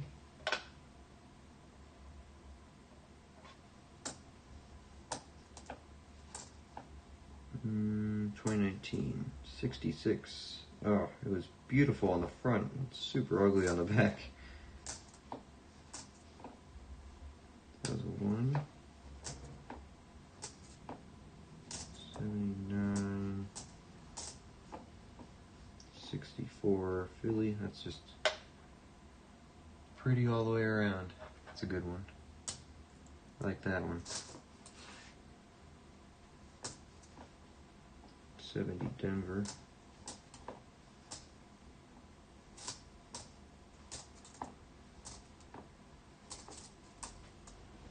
Denver, 64.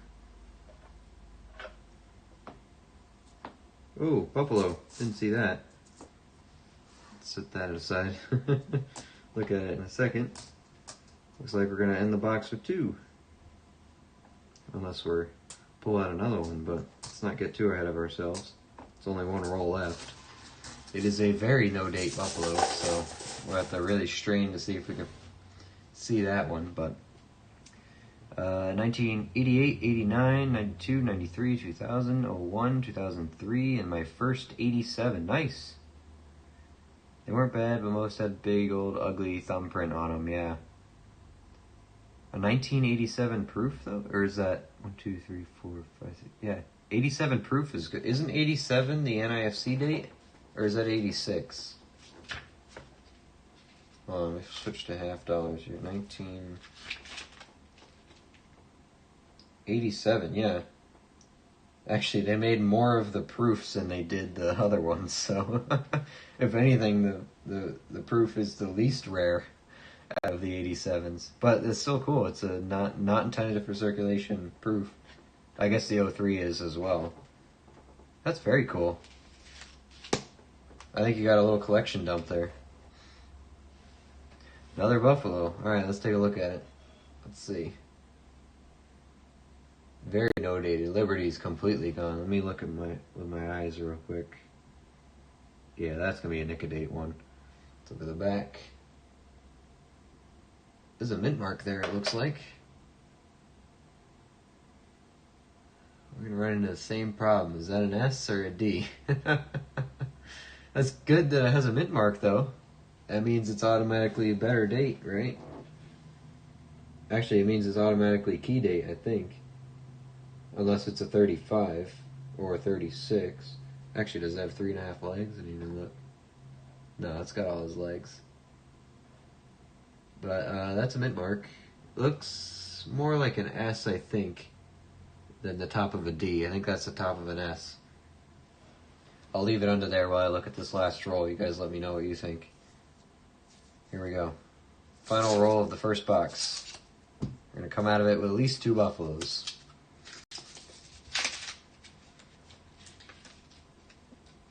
A bunch of these wraps didn't get rolled right. Alright, I think 2. I don't see another one in here. 63, and look at that in a second. 23s. 64, Philly. Look at that in a second.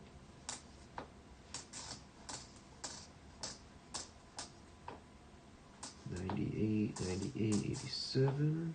That looks good. 1947, Philadelphia.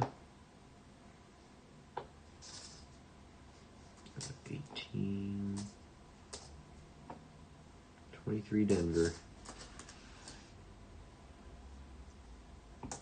2004s. 1, 83.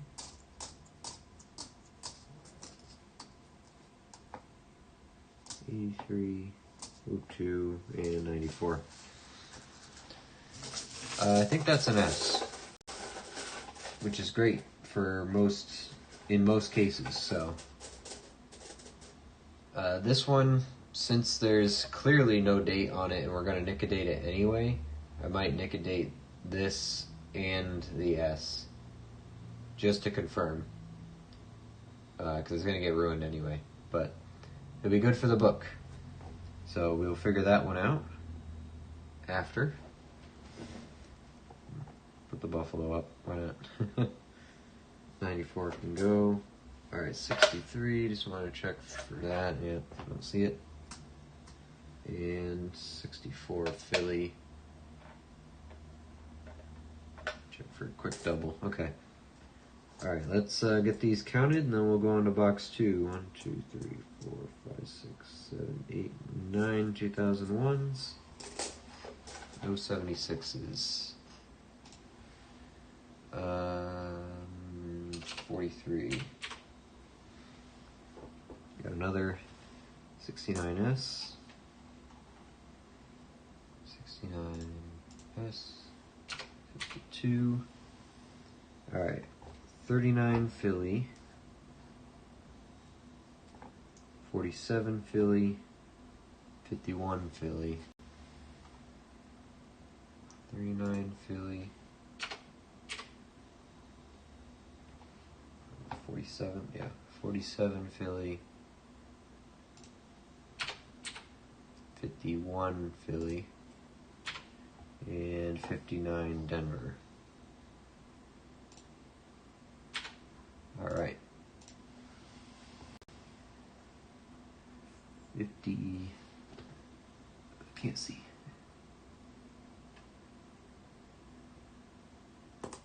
Oh, those are my 39s.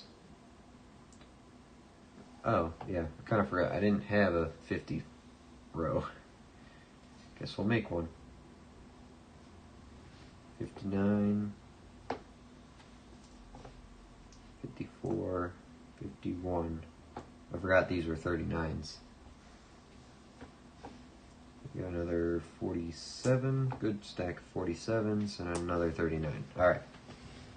Now we're up to date. Oh, and the buffalo. That we'll have to mark at the end. I'll mark it as a no date for now. But once we get a date, we will take it off of there. Just so I at least have it marked. Okay. There it was. That's box 1. Let me get the next one. Toss that box over there. Put this down. I'm gonna empty my dump box, I think, somewhere else. Okay. It's box number 2. There it is. Let me see. Luckily, I got all these $half boxes laying around now. Been using them as dump boxes.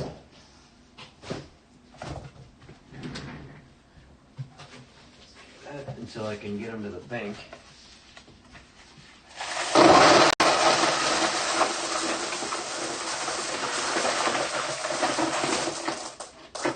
we go. That's a full box of nickels. Alright. Who else is hunting right now? Let's see a show of hands. Who's going through boxes right now? Or not even boxes. Who's just going through coins?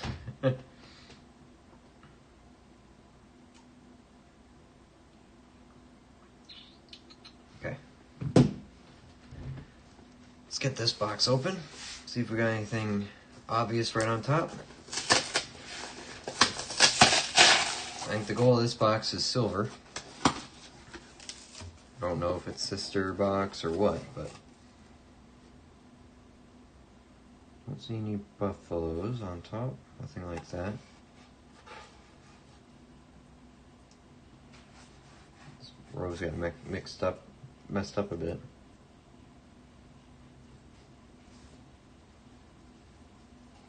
Okay. Oh, we I don't know. This looks weird. Put the box over here. Nothing super interesting on the enders, but it's what's on the inside that matters more, isn't it? Let's not waste any time. Let's get into it. You know what, might, nope, it's doing good. I was gonna switch my lights around, but it seems to be doing alright. Just fine. Let's see how this box goes, huh?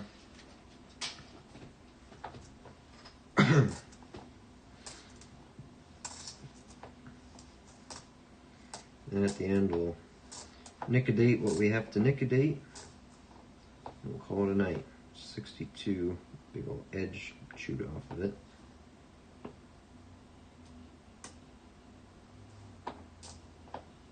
'64 Philly.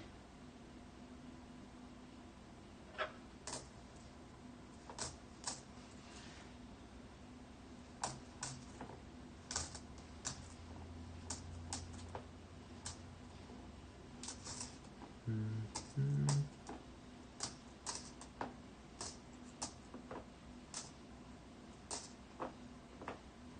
64 Philly.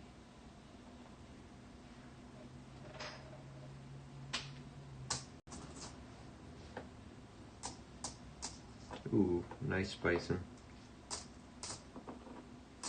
I like collecting those. A little scratch, but the finish is good.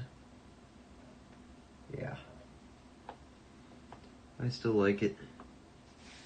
Oh, ate my box again. Get that back. Alright. I'm rolling my return halves currently. I'm glad I don't have to do that. Coin machine at one of my banks takes $half, so I can just dump them in. Free charge. Ooh, painted or dirty? Probably dirty.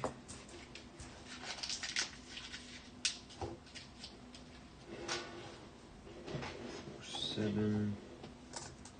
It probably would be faster to roll them and turn them into a bank, but my primary bank doesn't take... What the heck? Hold on.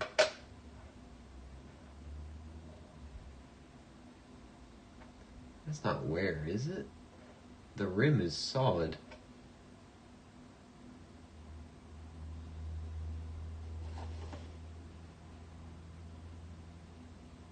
The rim sticks up all the way around still. How is it wearing in there? Or is that another grease thing? Because if you look at... His face is sharp, but the words are gone. That's gotta be a grease error, right? Because that edge is sharp and the face is sharp.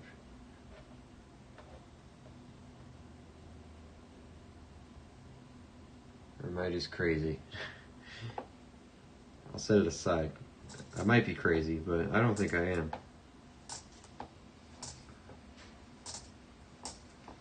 It was buried. 1992.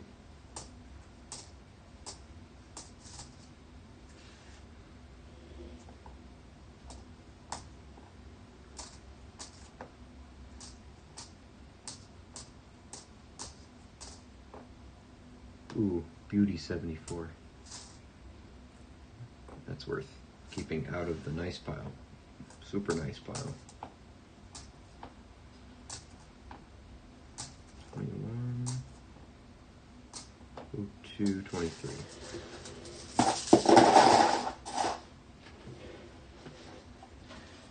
I have so much coin that I return some to a bank that I have to roll it and half to a bank that has a coin machine. That way I don't piss off any one bank, spread the irritation around. All my banks know me by this point, and they're okay with it, so they don't mind me filling up their coin machine.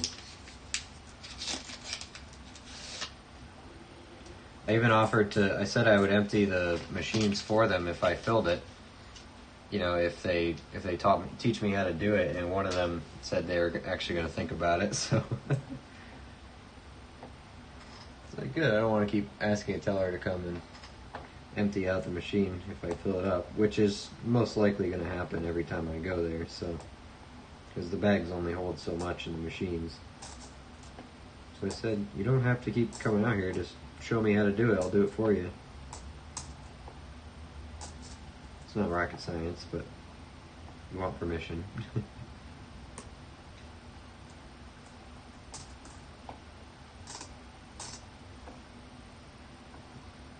Pretty nice, 68 Denver.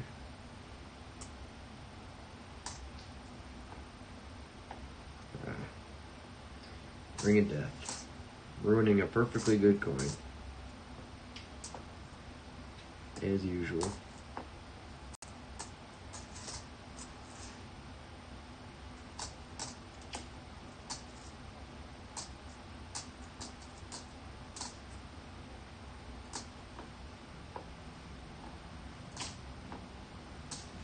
$2,000 was blue.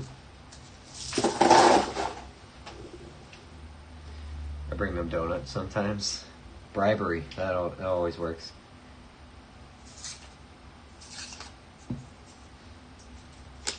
I can tell they're getting comfortable with me because I asked them earlier this week. I actually asked both of my banks that I usually go to. I asked at the first one. I asked when I was at the teller turning in, my coin slip to put the money in my account. I asked, hey, do you guys have any $2 bills in the registers I can look at? And without saying a word, this teller, I've seen her every single day I've gone in there with coins. Didn't say a word, just grabbed the twos out and handed them to me without looking at me. Said, here, look through them. Like, oh, thanks. Let me play with them, pick out any dates I wanted. I picked out some older ones and gave them back to her. Like, yep, I'll buy these. It's like, cool. And then the second bank, the same thing happened, just like that. Said, hey, you guys have any twos in the registers? She's like, yeah, I got a couple. Here you go. Take a look at them.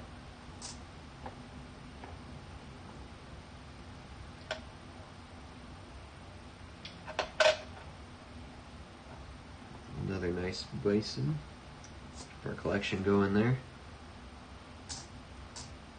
64 Philly. Pretty nice. Do I have a pile for those? I guess not.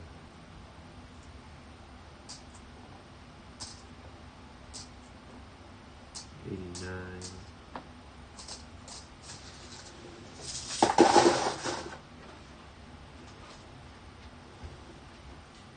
Trust is nice, absolutely is. Goes to show that being nice and polite gets you really far.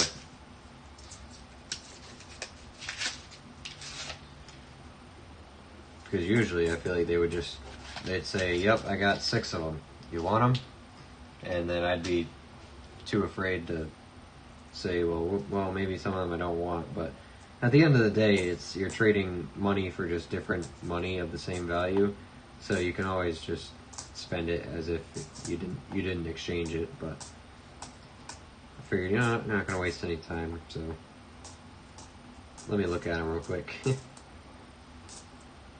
Because I'll still spend twos if I ask the teller and they have a bunch and they just say, yeah, I can sell you $20 worth.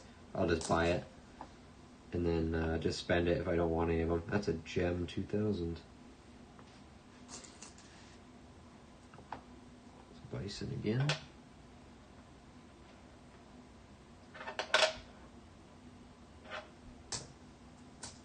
23.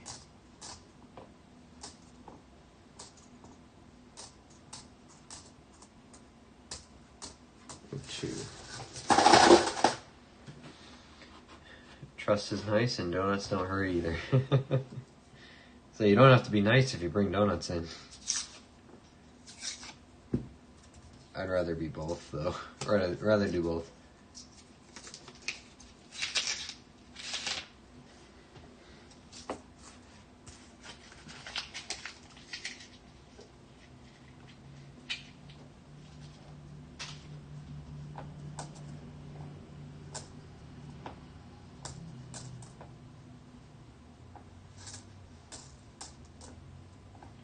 I was there last week at one of my banks, turning in some coins, and I got in the lobby closes an hour before the drive-through closes at this bank, because you can just stay in your car if you want.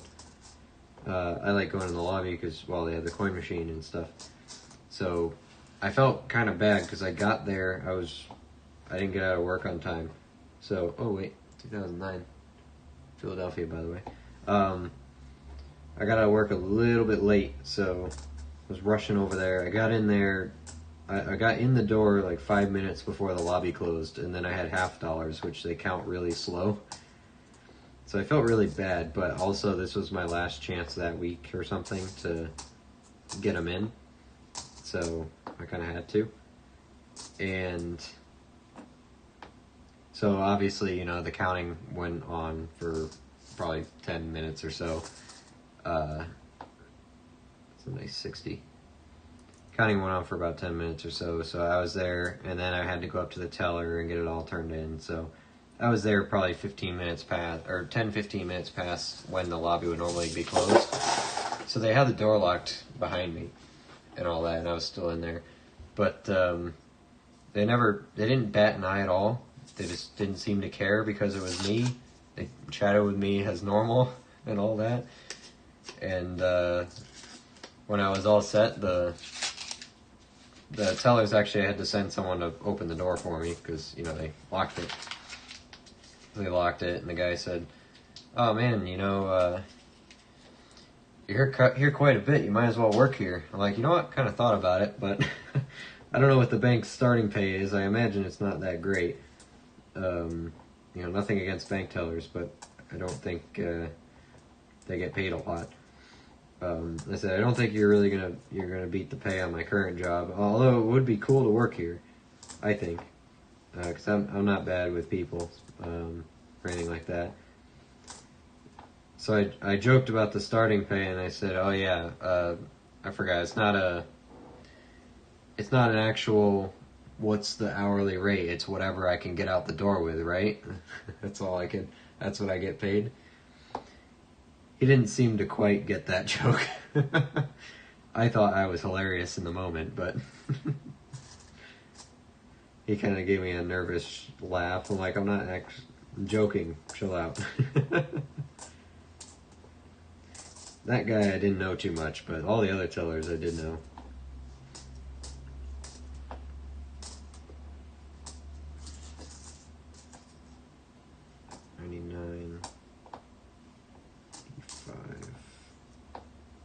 Pre-warn 13,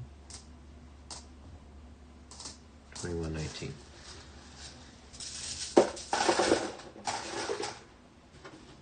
I went to the bank once. I showed up 30 minutes before they closed, and they were so slow. The line was so long. I left half an hour after they closed. Jeez.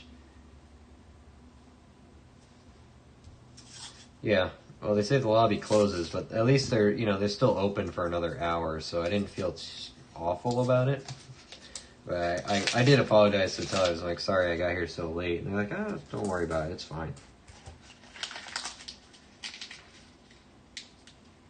It's fine. Because they can't leave until the extra hour plus probably another hour, so they're doing all their inventory and stuff like that.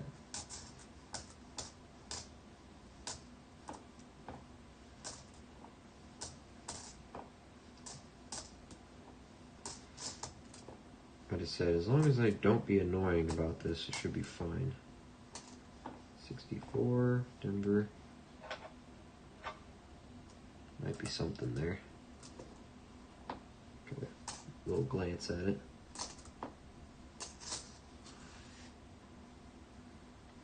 $20, $99, $64, Philly.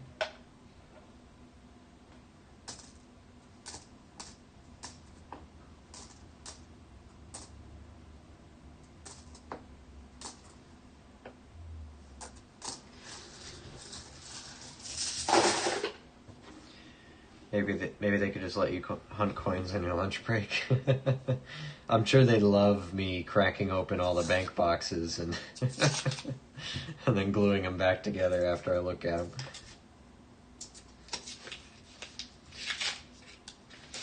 But every time I'm there, every time I'm at the teller stand, and if they're running to the vault for me to get my boxes or whatever, I'll be peeking over the counter looking at their, you know, they have the racks of all the different denomination coins, but they're always faced kind of away and at an angle, so I can only see the edges.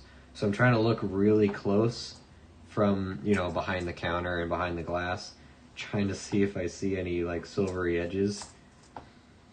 Haven't had any luck doing that yet, but hey, worth a shot, right? It's a nice 62.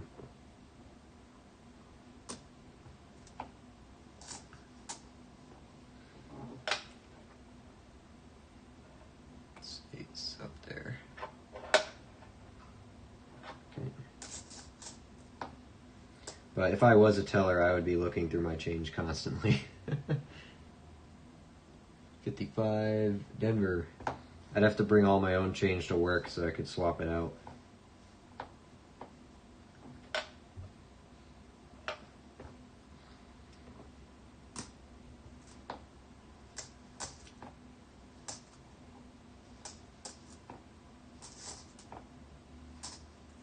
Who knows, maybe fate will decide one day that I belong at working at a bank, so. I want to say that in my interviews, like, why do you want to work here? I just want to be closer to the money, you know? Just want to look at the coins. It's a 76.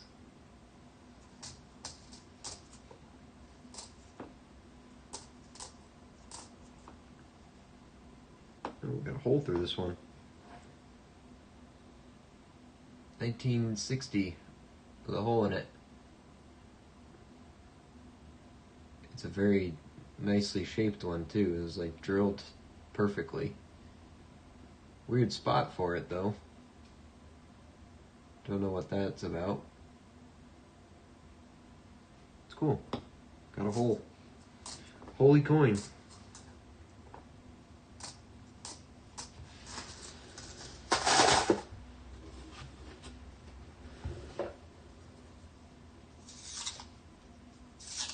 Alright, here we are, roll 10 of box number 2.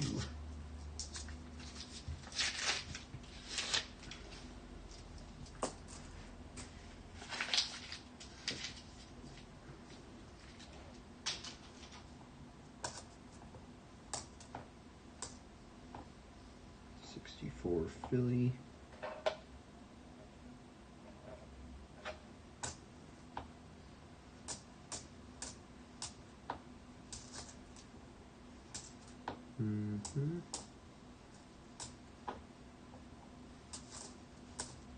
Ooh, another nice bison. We like mint state bisons. They all seem to be Denvers. At least for me.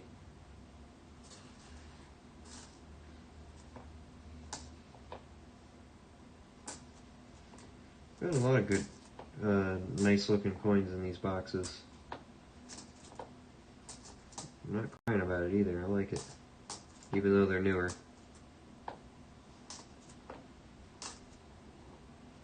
This has a Denver mint mark on it. 56.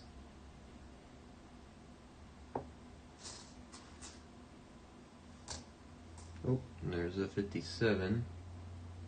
I think the box, this is the 50s box. And the 40s box.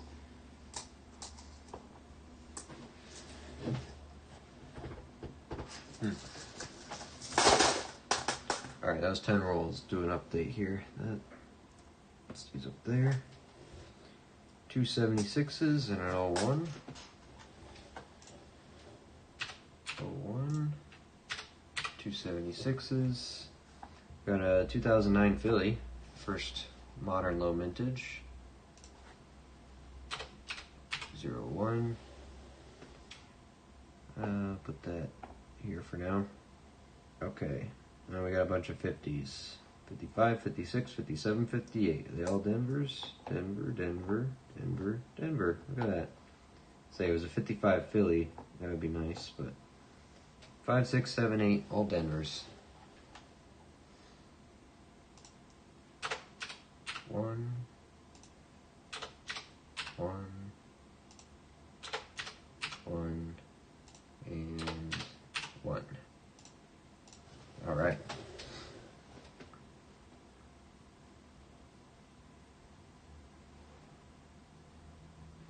It's 59. It is 59. Okay. 8, 57, 56, 55, 54, and 51. All right, next 10. Here we go.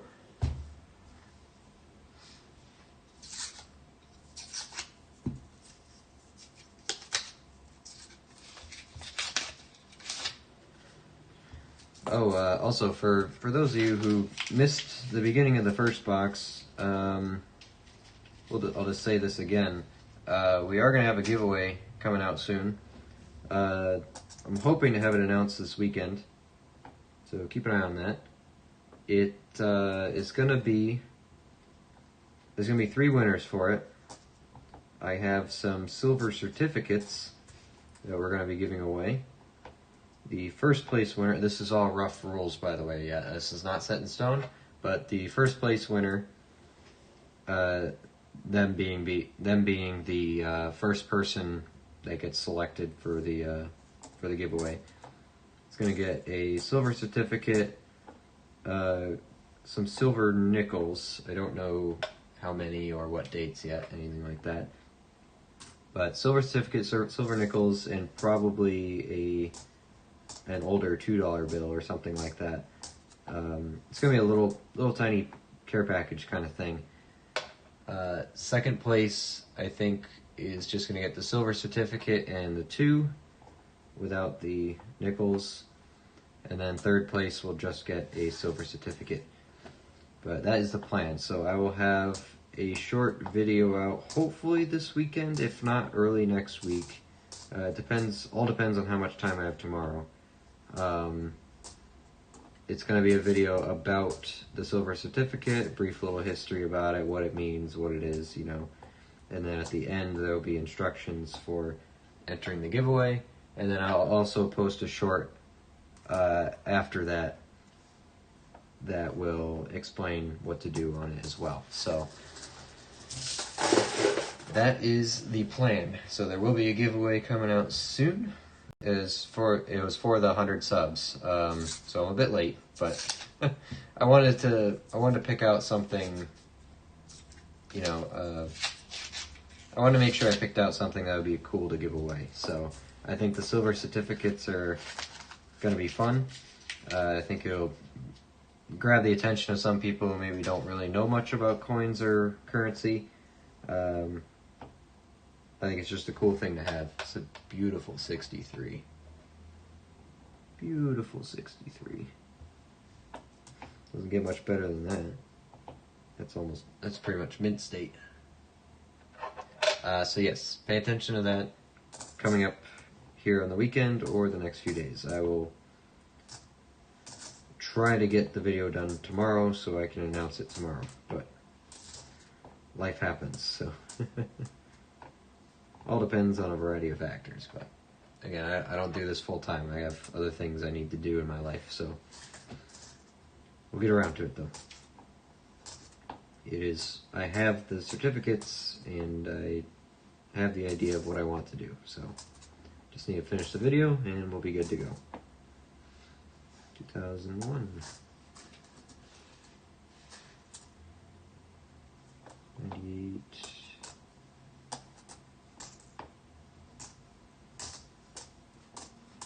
18. Nice. Hey, Ogier. Hey, how you doing? Hope you're having a good Thursday. We're on box number 2 out of our, well, double box hunt. Box 2 of 2. Good find so far. Honestly, pretty happy with the hunt.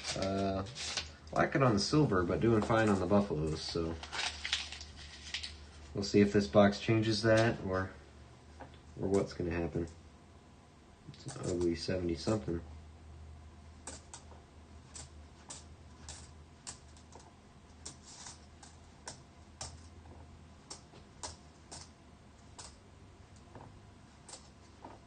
Some nice 60s coins though. 61 Denver. 70 Denver.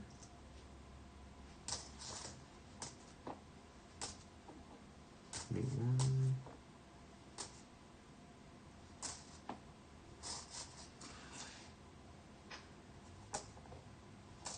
71. It's better. 70 Denver. That one looks good.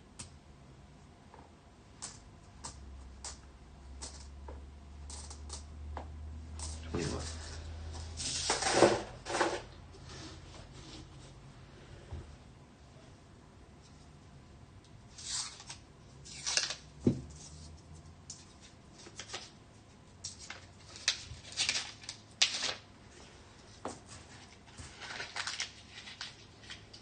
It'll look pretty modern, but 5, 10.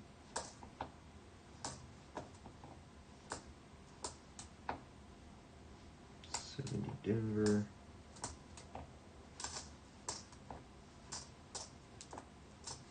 20, 23, 15.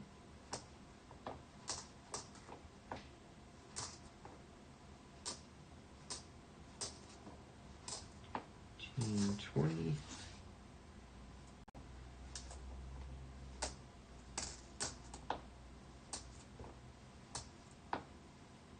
76.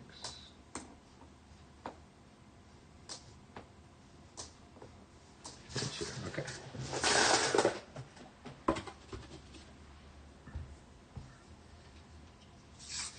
Oh, kind of flying through this box. That's good.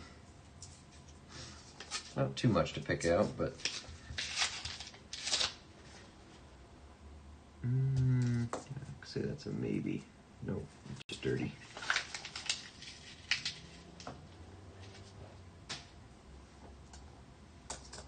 Maybe, maybe not.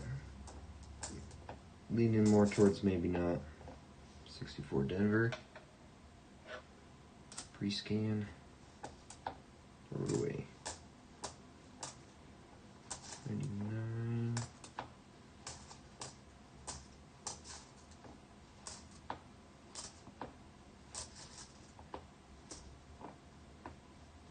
Bison.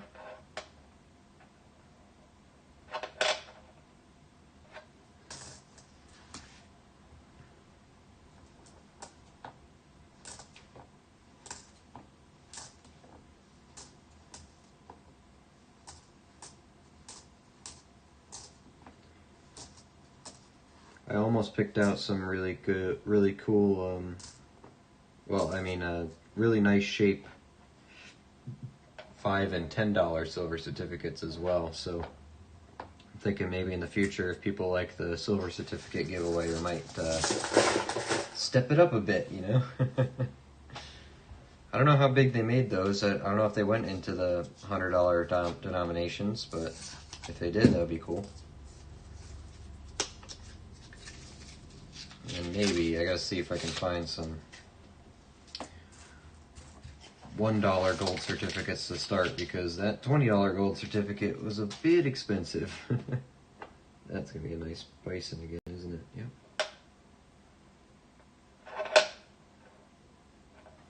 Scratched but pretty.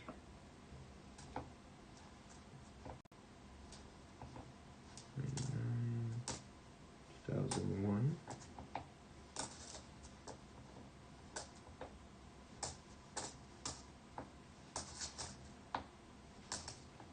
1595.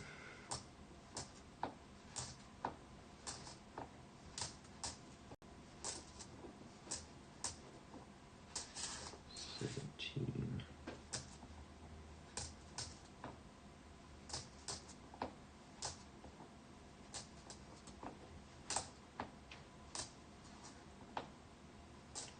82, 74, 15. A little bit of a boring second row here, but hey, what are you gonna do?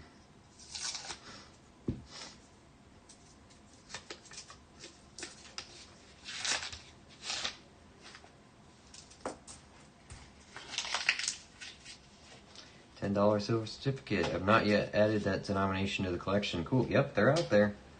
I saw, well, I got a bunch of ones for the giveaway, and there were plenty of fives, plenty of tens. I don't think I saw 20 in this particular place I was buying them from, but I would imagine they made 20s. Well, maybe at the time it would be like 20 ounces of silver, right? For one, so I don't know, maybe. I know they make the $20 in gold certificates, because I saw one there, but not something I can afford. Gold certificates are not cheap. At least I can't afford to give it away, but I could have it in my collection. That would be cool.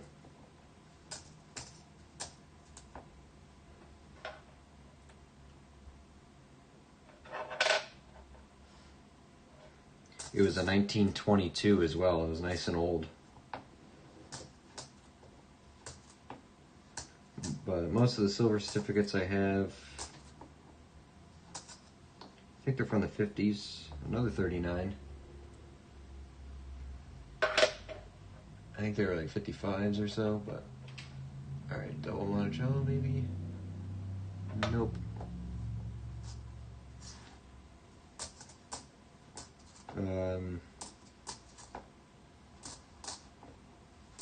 But I think I kept a 35 for myself or something like that.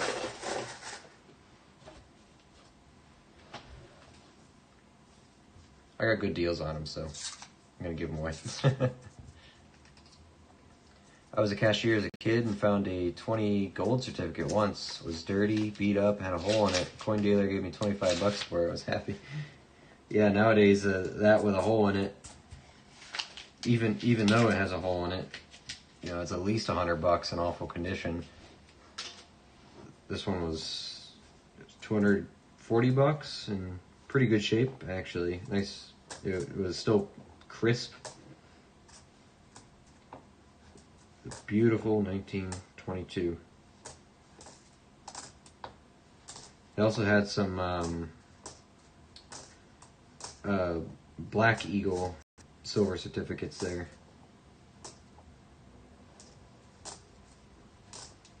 Really want one of those, but those aren't cheap either. Well, again, it's not cheap to give away, but it would be cool to have in the collection.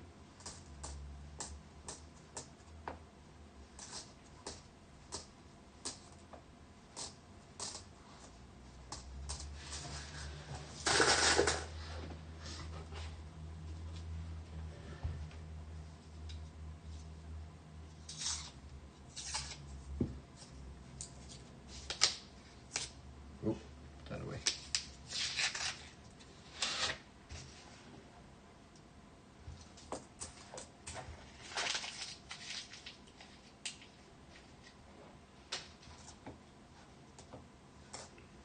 June 77, 2001.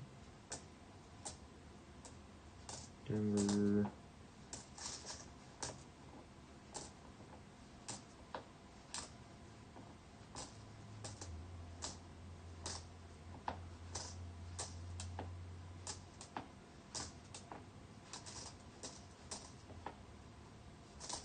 $88, $90,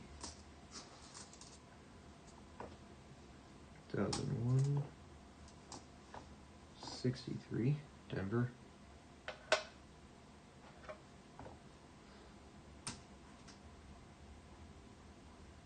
It's pretty nice. 76.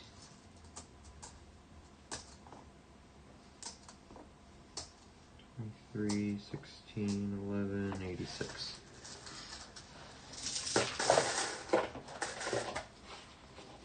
Okay.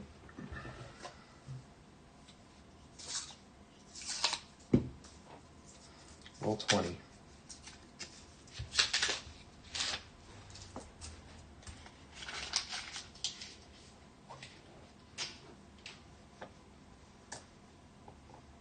$1942, but it's not the silver one. 42 Philly. It's the normal.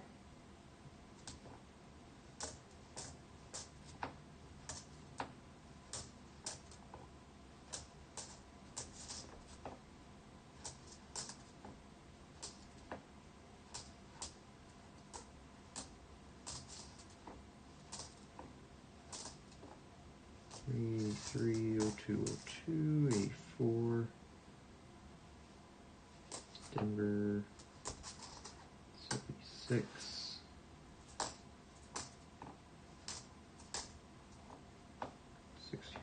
Philly.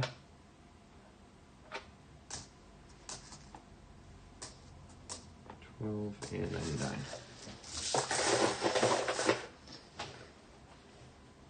Alright, bunch of old ones. 1, 2, 3, 4, 5, 6, 7, 8. 8 old ones. 376s. 9 and 5. We've got another 39 Philly and a 42 Philly. Not silver. 39 Philly, 42 Philly. Okay.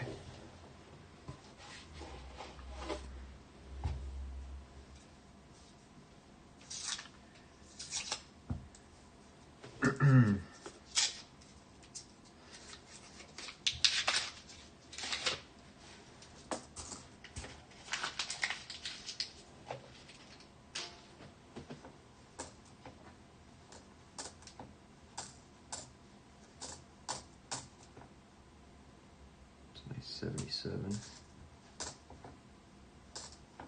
Beautiful 64 Philly. You got steps on it? No. Not quite. But still nice.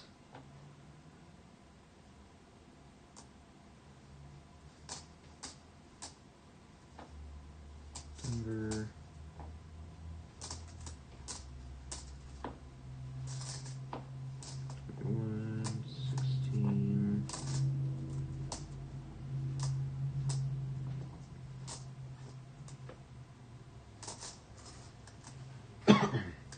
Excuse me. 8201, 8904.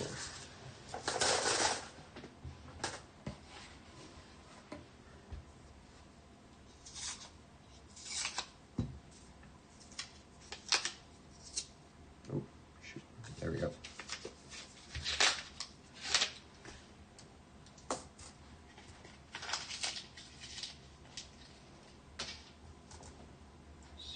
$16.64 Philly.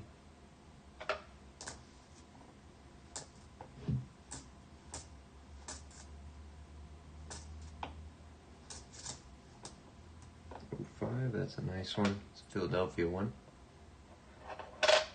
Very, very nice. Trying to make mint state rolls of those without buying them.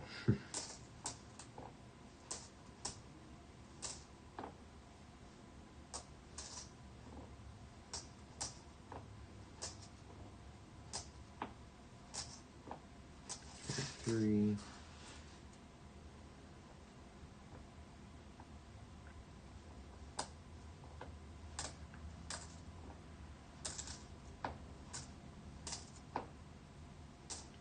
That looks nice, whatever that is. That's a beautiful 70S. This is a gem.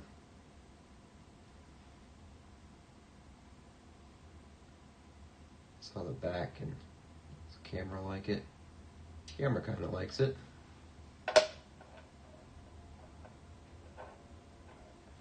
That's nice. And it's a 70S, I can mark it.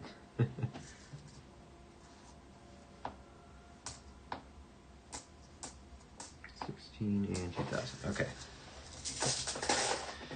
$10 blue silver certificates are the highest denomination issues. Oh man. Well, thank you for that. Thanks for finding out for me.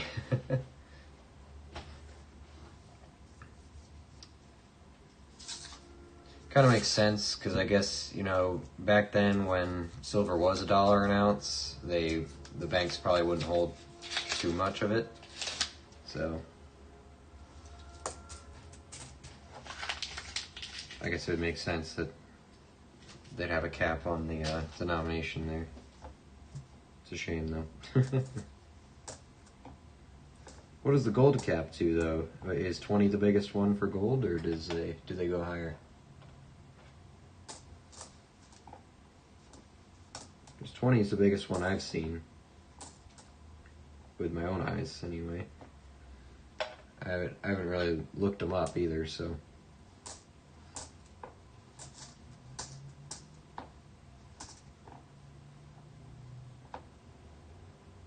It's a pretty good piece nickel too.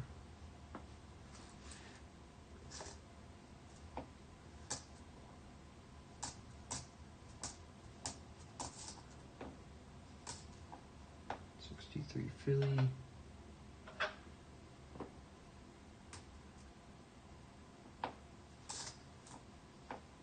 61.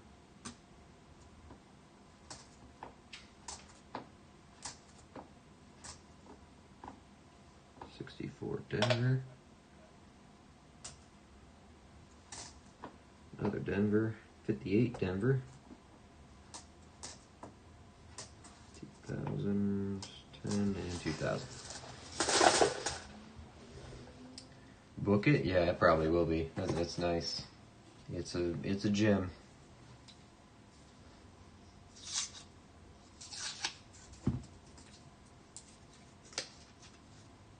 I don't think they made proofs in 70. Just gonna check, because if they did, they wouldn't be oh, they did. It could be a proof, because I don't think they were frosted yet in 1970. So, yeah.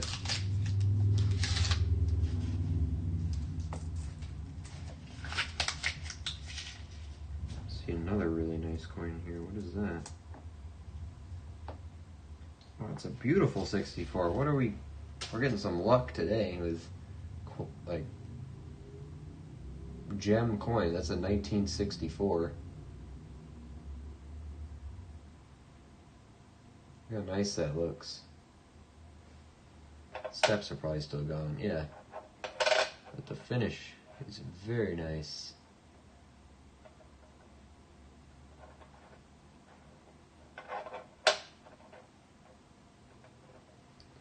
Is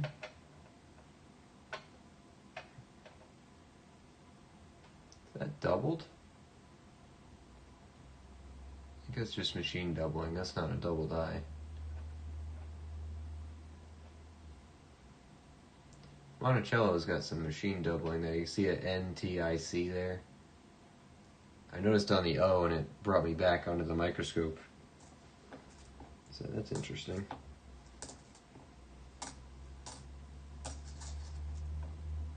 '64, they didn't do a proof strike though. Oh no, they did.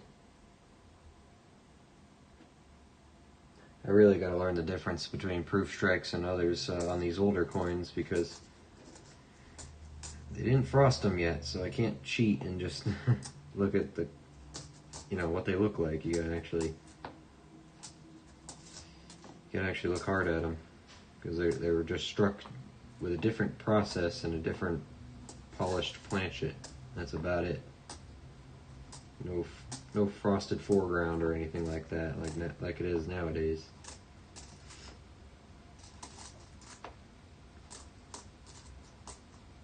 Bunch of old ones in here. 61.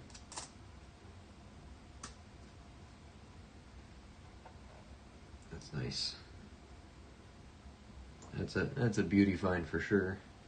Check this bison. Okay.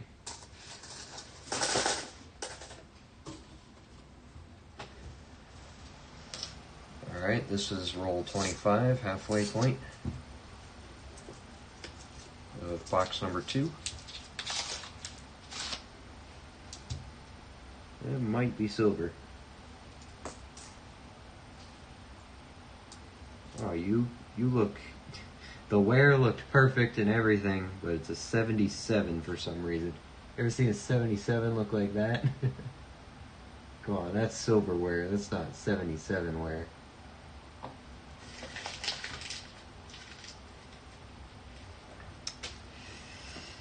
The coins have a laugh sometimes, don't they? 18.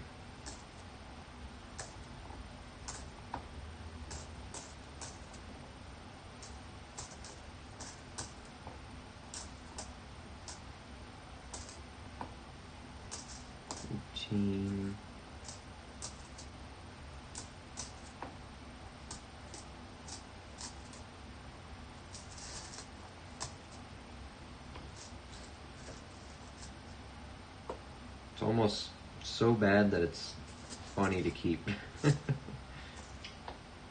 Like the color is perfectly silver color too, from the edge and everything. But, 56, Philadelphia.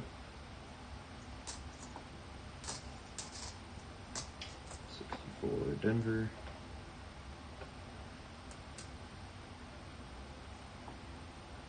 61. Okay.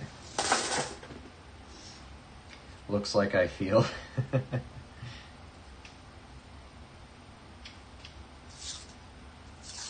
Rough life on the 70. Yeah. You got the silver coin treatment. You got the color and everything. Color, the wear, everything. Maybe they struck the 77 Phillies. Maybe they struck some of them on a silver planchet. 30 years away from the original silvers. I'm sure one of those planchets just slipped in there. 79.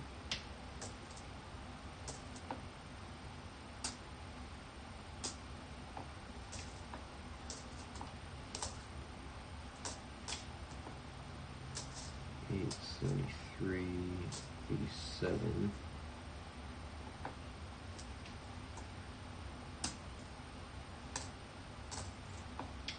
66, Denver 59.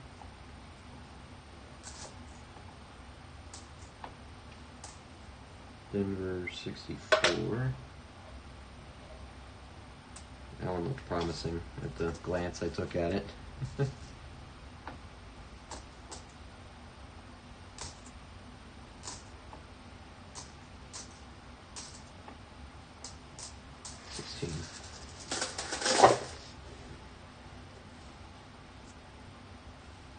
I was born in 77 and it's a good representation of my life.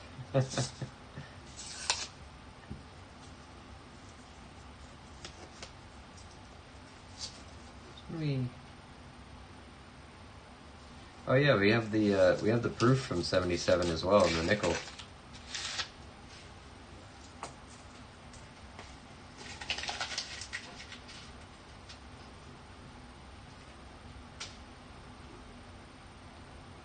The $100,000 gold certificates were issued in years 28 and 34. Crazy denomination. That is crazy. I thought you meant maybe 100,000 in silver, but nope. Or 100,000 in gold, but well, I guess that's actually technically what they were. Yeah, that's wild.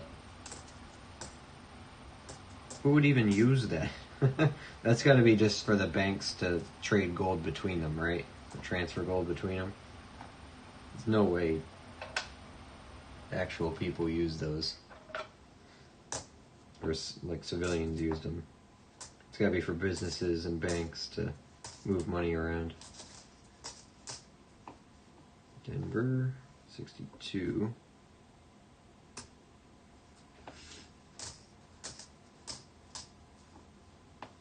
$57, Philly.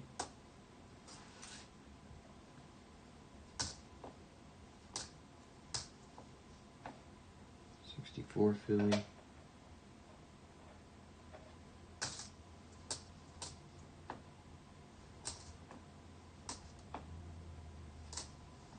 65.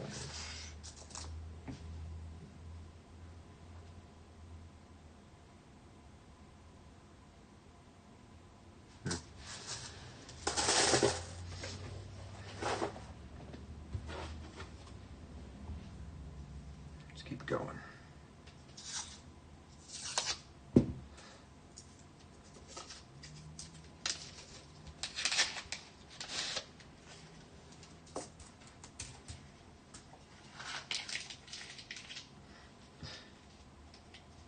even you're not old. He didn't say he was old. He just said he just said he feels like a worn down nickel.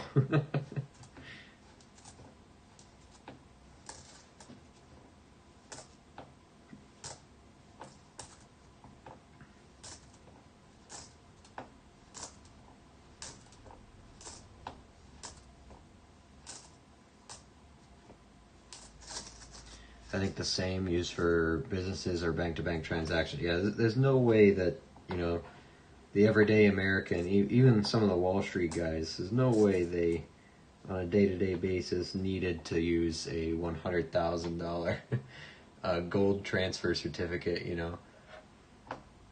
Oh, that's a Denver. I was looking at the wrong thing.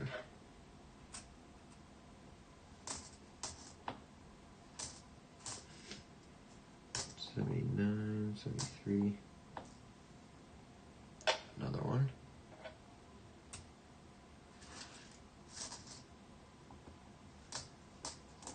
$60.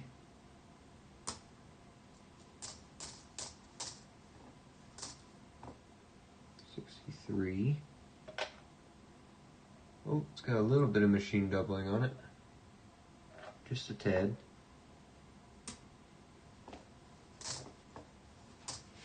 $10. I'm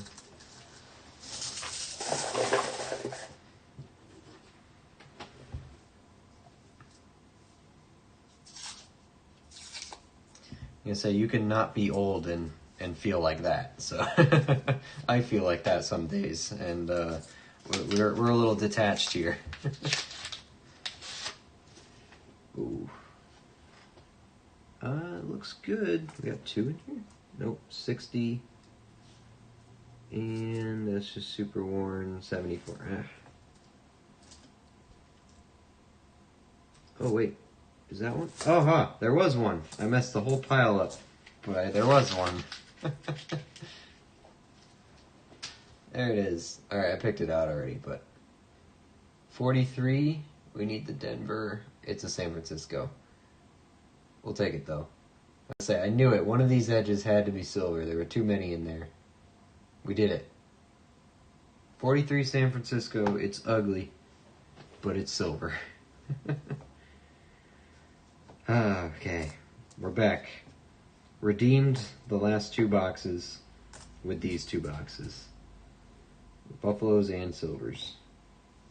Well, I guess technically the first box last time had silver, but... And there's a 41 Philly. Alright, it's in here. A raised mound, buffalo, and a silver. I'll take it. Absolutely. The other edge that looked good was a 1960. Also, there's another dirty edge. There's a bunch of dirty edges in this one. Beautiful 78, though. That'll go in the book.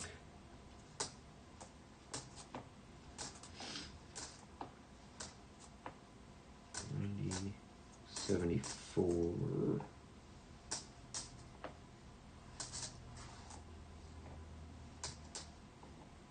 89. All right. I'm not old, but I'm in the lobby for it. It's got 1 foot in the auto opening doors, yeah. Hey, TPS, how are you? Good evening indeed. We just got revitalized a little bit here. Finally struck silver. Took a box and a half, but we did it. How you doing tonight, TPS?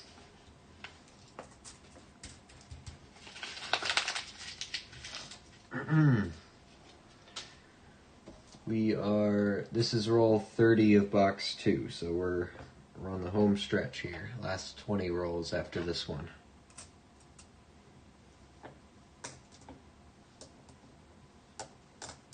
$16.96 is a Denver. 64. Don't know if we'll be able to pull any detail out of that, but give it a try.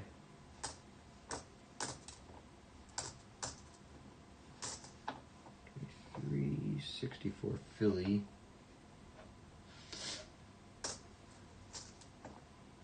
Another one.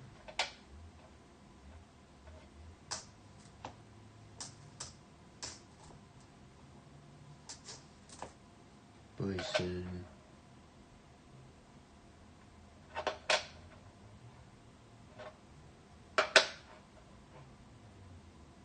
Took it away too quick.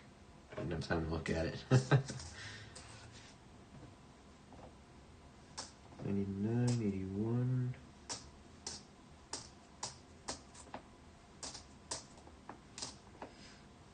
98, 99, 16, 98, and 23. All right.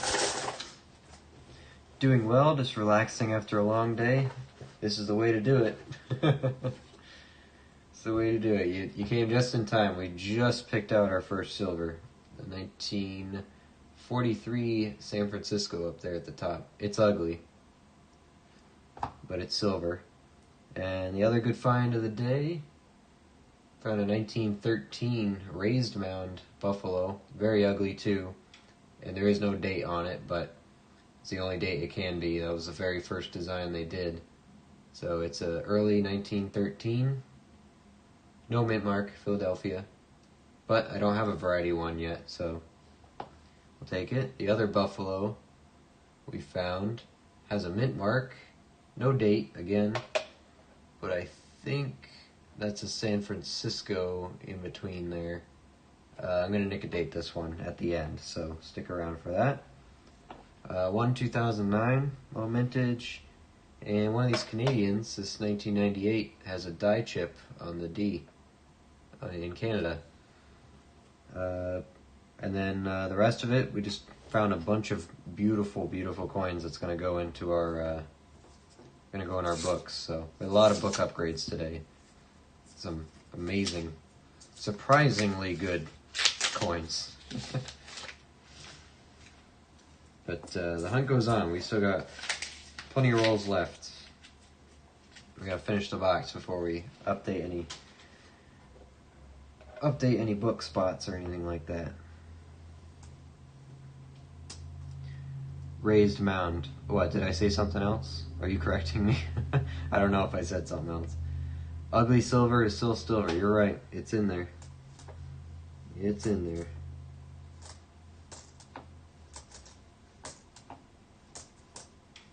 One.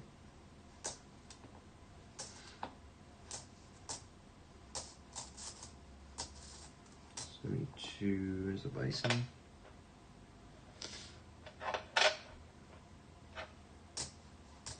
64, Denver. Even all these 64s have been nice. So weird.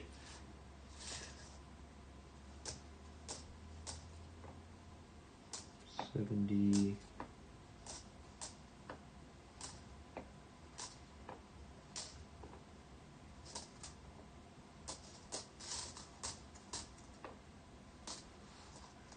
Got a 1940 here. 40 Philadelphia. Oh, I should probably update my scoreboard and move all this out of the way. Alright, let's move this way. So 70S, that might be a proof strike, honestly. That is shockingly nice. For now, I'm going to mark it here, though. So that's marked in. Let's get these 2001s out. 1, 2, 3, 4, 5, 6, 7, 8, 9, 10, 11, 12. 12 2001s. Just put just at 21. Right? Yeah, 21. Put the 1943 silver in there. I'll put it up here with the... doesn't really matter, but yeah. 43 San Francisco. Do we have that one yet? We do. We have two of them, actually. That's our third.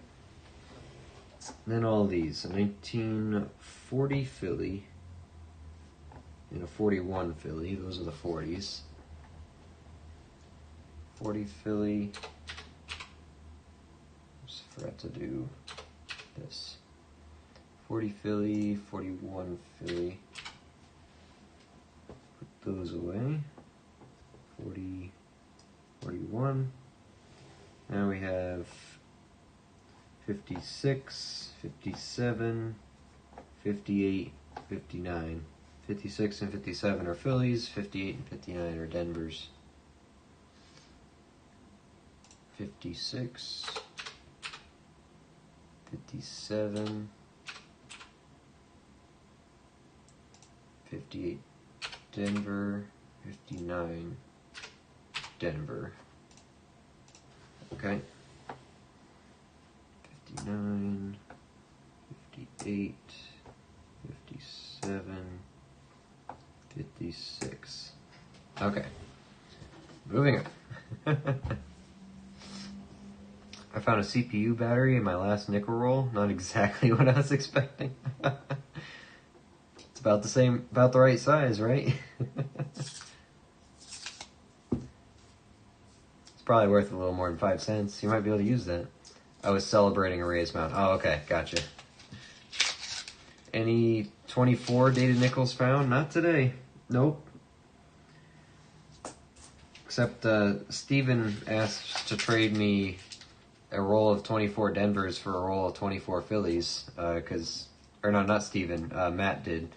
And I told him, you know how much those 24 Denvers are, right? You don't want to trade those to me. I love them, but you're getting the raw end of the deal there. I hope you know that. And then I showed him the eBay listings. He's like, oh, all right. He's got to go list his 24s now, Denvers now, because he's just picking them out a couple per box, apparently, where he lives in Missouri. So, lucky man. He's probably making 20% of the box back just in 24 Denvers. You find 4 in a box, you're already $20 up.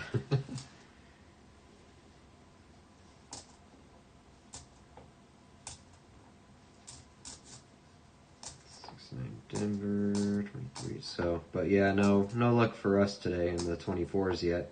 A lot of 23s. I think this box might have been sitting on a shelf for a bit.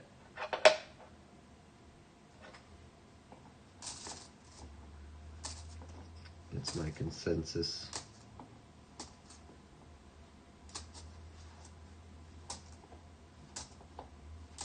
21 and 85. Lucky, yeah. Hey, that's what happens. You live closer to Denver, you get a better chance. I am almost as far from Denver as you can get, while still being in the U.S.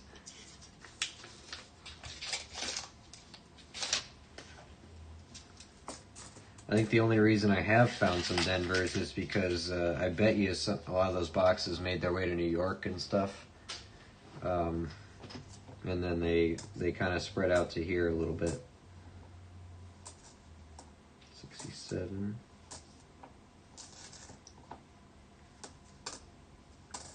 I know some people are really struggling to find 24 Denvers. Another 41. It's a Philly.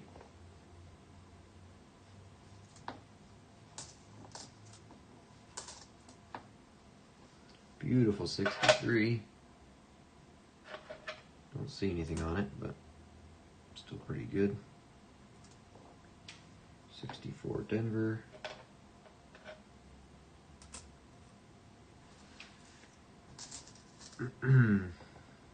See another old one here. 76, 2001.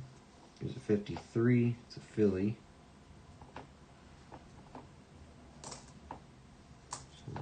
77. 64 Philly.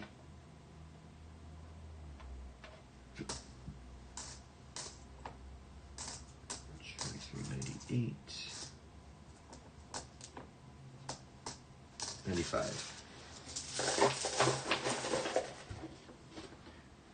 Making good time on this box at least, because we do need a little time at the end to fill the book and also nick-a-date one of those buffaloes with a mint mark on it. So I'm excited for that. I think it's an S. But if I can't see a date on it anyway, then I have to nick-a-date it. Don't have a choice. Could be really good, but we're going to put chemicals on it.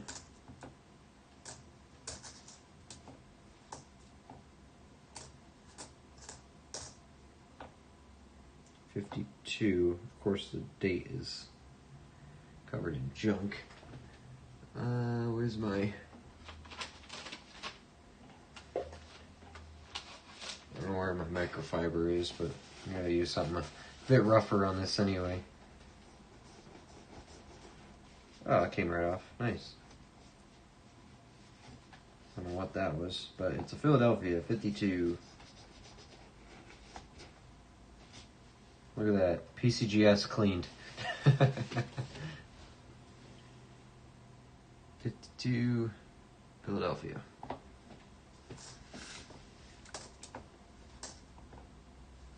9, 2, 23. Ooh. It's a beautiful 39. Look at that. That would be a nice doubler. Nope. Full steps, 1930. Well, almost full steps, missing the bottom one. That's a nice 39. You like finding those. Absolutely like finding those. Something that old with a good strike on it. Denver 64. Again, these two boxes, very lucky on the old stuff being nice. Very lucky.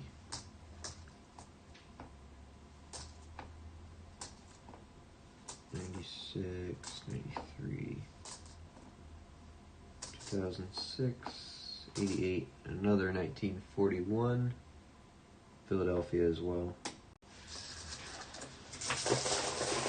Okay. Second half of the box really picking up here.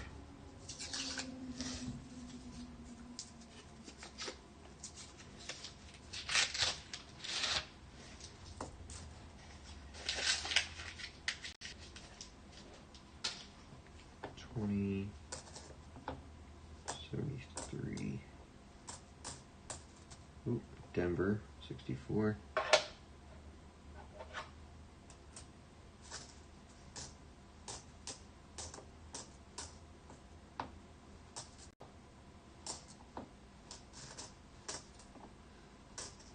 '76, '67. Flip it around, would you? 12, 19, 63.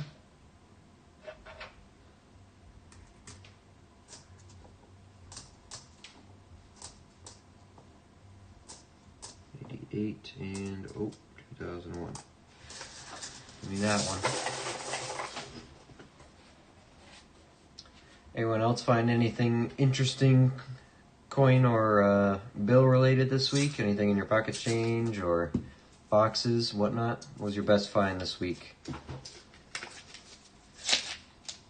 Last chance to tell me before I don't see you till Sunday, so. Want updates. How's everyone doing? Best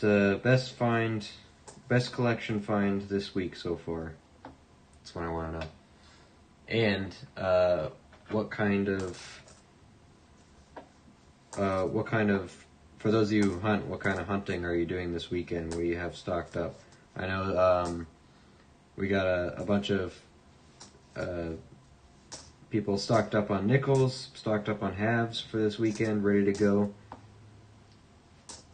What are people doing? What are people hunting this weekend? If you're a hunter. If not, I just want to know. It's the best thing you picked up this week, bought this week, found this week. Anything like that.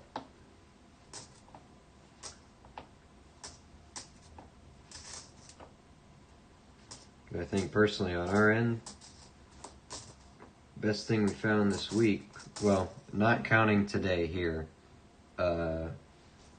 best thing we found this week were probably those error pennies in the hand wrapped rolls, I'm gonna have to say. Plus the silver dime, that was pretty neat. Actually, I don't know if that was this week though, that might have been last week. So this week it was the error pennies, the wide AM 2000 and the no date 2000 due to the grease strike. Geese strike.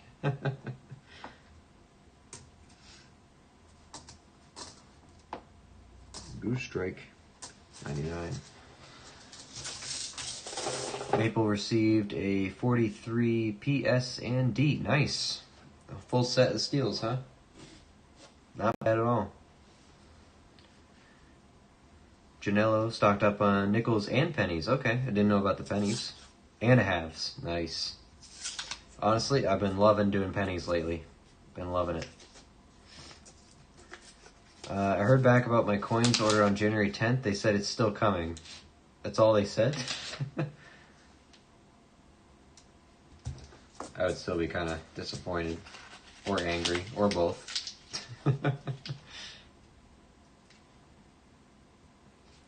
There's a coin show here this weekend. I'm going to look for a deal on silver. Nice.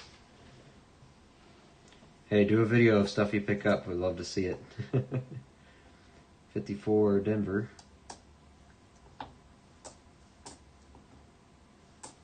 That's why when I go to the shop where the giant building where I expect to see a lot of silver and coins, I'm gonna live stream it when in Pennsylvania. So yeah, it'll be fun. We'll walk around, or I should say, I'll drag you guys around on my camera and see if we find any good deals on silver or anything else that's cool there that we can add to the collection. I'm making sure I go with a wallet full of cash, and I'm making sure when I go home my wallet's empty. So 68 San Francisco, Denver 64. So we're gonna be picking up a lot, hopefully, in Pennsylvania. That's the plan.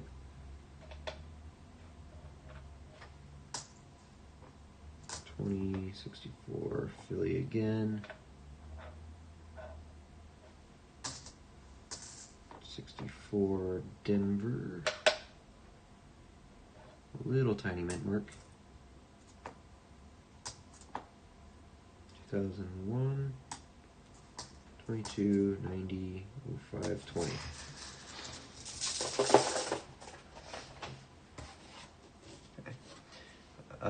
I found a few wheat pennies and a 55 DDO. Nice. Finishing a few more penny rolls, then moving on to nickels and dimes this weekend. Was it the good 55, or was it one of the smaller varieties? Because I know that the primary 55 DDO is a real good find. It's expensive. Or did you get like the poor man's 55 DDO? Lesson learned with Gainesville coin. Yeah, alright, no one buy from Gainesville. No one buy any of those. I did my first video 2 weeks ago. I'm hoping to do another one this weekend. Nice. What are you planning on making it on? Give us a spoiler, come on.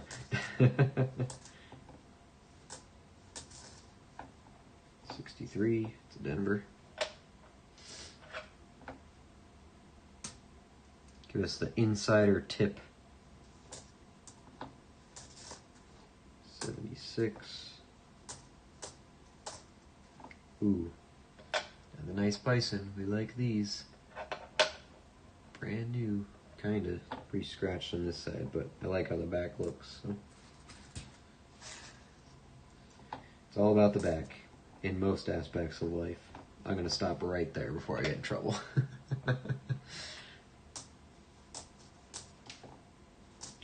22, 74. Not silver, 93, 88. Getting these piles mixed together. There we go.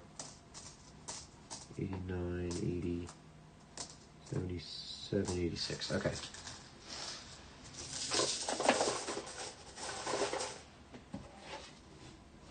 Seal cents are really cool to have in the collection. I don't think I have any with mint marks yet, though. I don't think so. I think all my 43s are Phillies. Actually, I have them here. Let me check. I picked a couple of them out. I picked the nicer ones out from my great-grandfather's collection. I think they were all Philadelphias. Yeah, they are. few of them are still really nice on the reverse, though. This one in particular. Corrosion did start getting to it, though. But they are mint state. Those are my steals. Flip that over. There we go. Keep that on top so I don't scratch too much.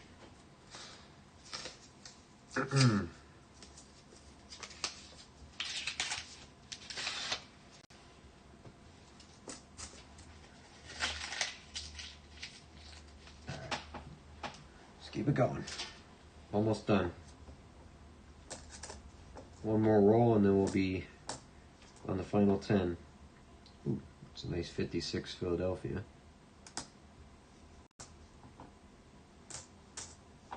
Denver 64. 64 Philly. I think. Yeah. 1000, 8212, 26.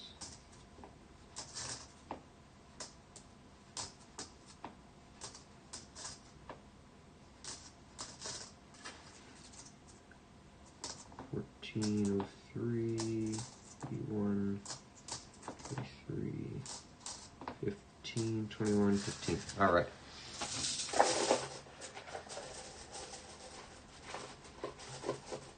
Dropping off, guys. Enjoy the rest of your evening. Good night. Hey, good night, Ogier. Thanks for hanging out with us, man. I appreciate it. I appreciate it. The first one was to test my recording setup. I searched 3 penny rolls and did a spotlight on a foreign coin. Nice. I think that's going to be my style moving forward. Short and sweet. Hey, that works. I like that. That's how my videos worked out when I started. Well, there's only 3 of them up, so my first 2, I'd always put spotlight and history on the foreigns that I found, unless there was something else interesting that I found. The double die is in the words God and trust on the 55. Oh, okay, so it's not in the date.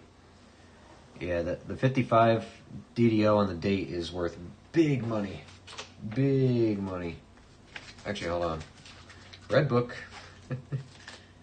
It's such a cool double die, too. It really is. Look at that. Look how violent it is. But it's worth thousands. You know, even in bad condition. So it's super double. You'll know it when you see it. It's very, very apparent. What's that note on it? A. Value for MS60 is $2,200. Yeah. MS65 red brown, $15,000. Wow. So yeah, this is the one you really want. You just have a poor man's, unfortunately. But hey, any double die is a good double die. By the way, if anybody does not have the red book yet, highly recommend. This is the 2025 version. Has literally all the information about any coin you could ever want, as long as it's American currency. Small cents, half dimes, dimes, quarters, half dollars, silver, quarter, the $5 coin, $10 coins, $20 coins, commemoratives. They have gold bullion, Philippines, palladium, territorial, colonial, half cents, post-colonial, colonial, yeah. Fantastic book. If you don't have one, look in the stream description here. There's a bunch of links there. In my resources, there's a Amazon link to this. It is essential if you are a coin roll hunter. It will have everything you ever need to look for with pictures. It's amazing. So pick one up. Link is in the description. It is an affiliate link, so heads up on that. But I bought mine myself. It wasn't given to me, so I wholeheartedly endorse it. You need one of those if you're a coin roll hunter.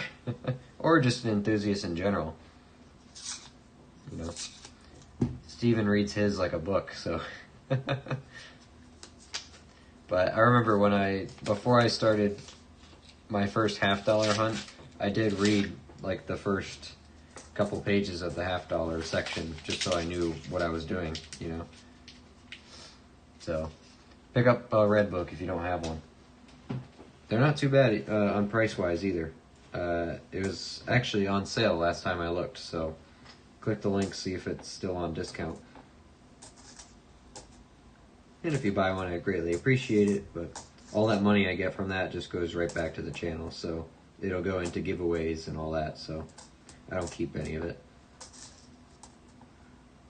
79, 95, there's a 1940 Philly. Very nice 65, that's good. I've been looking for a nice one of those. That'll go in the book. I forgot to undo my... Oh wait, this is... Okay, I can do the pile here in a second. 70 Denver, 2001. 90. Bison.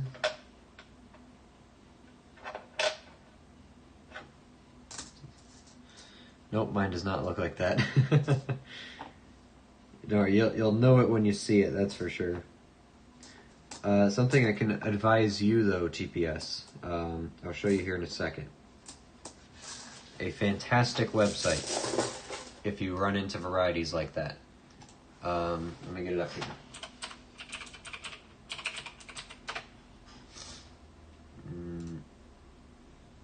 Hold on.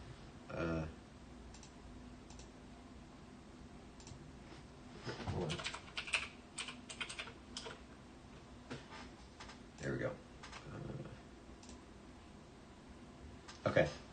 I will... Let me share my screen here. Where is it? Where is it? What the heck?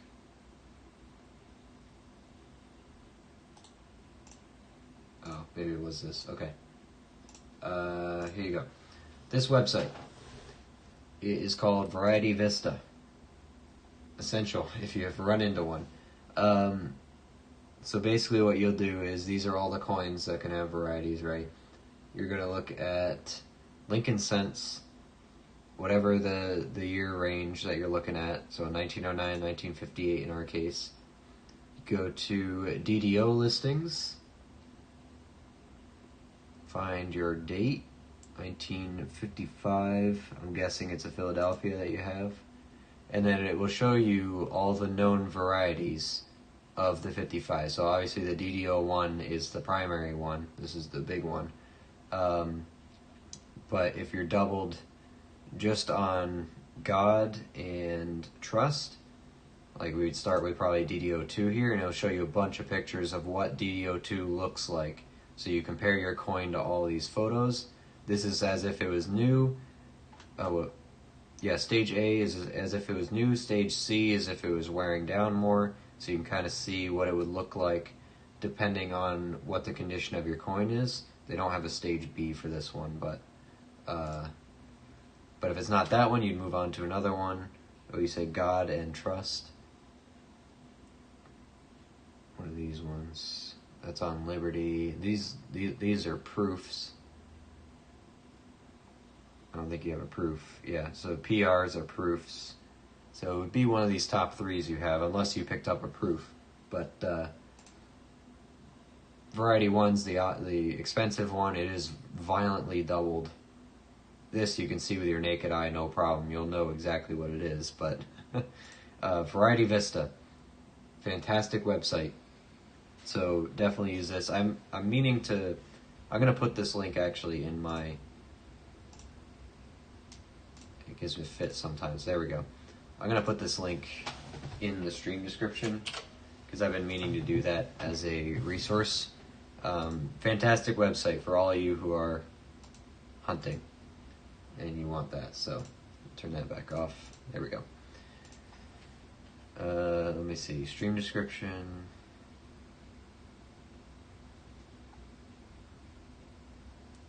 Let's see. Did I have a resource? Yeah, at the bottom. Books, resource, and collection.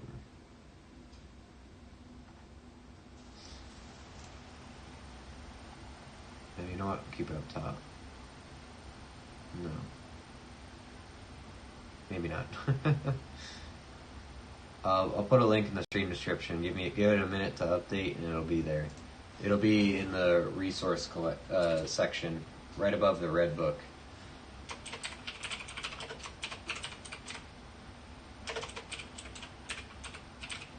Website. There we go. But if you do not have a red book, I highly recommend getting a red book. So that will cover most of the important stuff and the more common varieties and errors you want to look for. And then Variety Vista will do specifics, and that way it has a lot of photos, so you can compare your coin right to the website. The link will be in the description now. I don't know if it's updated, but if you refresh your pages, it might pop up. You can explore it yourself. So I can email you a pic from the scope if you're interested in looking at it. Yeah, go ahead. Pick the spot that's the most doubled, and send me an email. It's my email's in the description as well. All right, let me count these up here.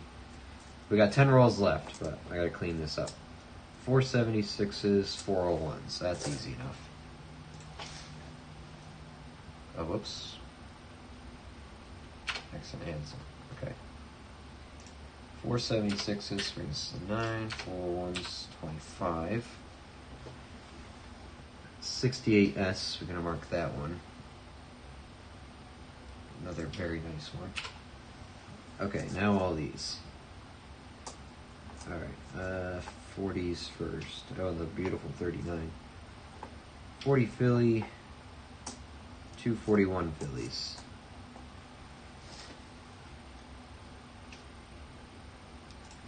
40 Philly, 241 Phillies, and a 39 Philly again. Brings us to 5 39s today. And then the 50s, 52 Philly, 53 Philly, 54 Denver, 52 Philly, 53 Philly, 54 Denver, and then 56 Philly. So it's at 2. Okay. Save those. Nice. We can keep this 39 to the side too. That's going to go in a book for sure. 40, 41s.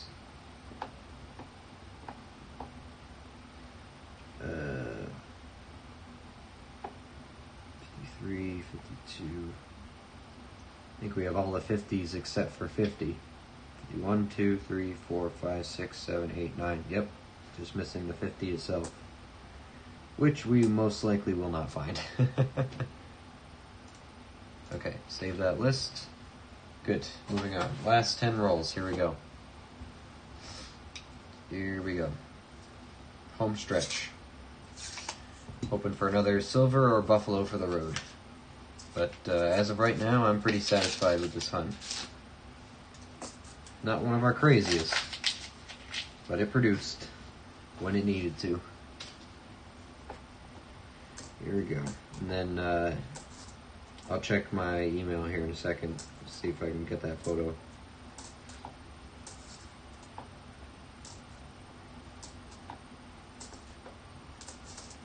Some nice 04, beautiful piece nickel. Denver.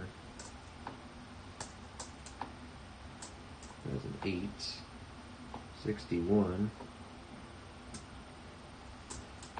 11, 20, oh, 69S, that's the whole set, I think. Yep. 68, 69, 70, got them all. They're all nice too. Another one? Can't see. It's a Denver. Oh, it is an S. Got another one. Pretty ugly though. 23, 25, 22. That's a Denver. They made those mid marks so small. That's gonna be a really nice bison. already tell.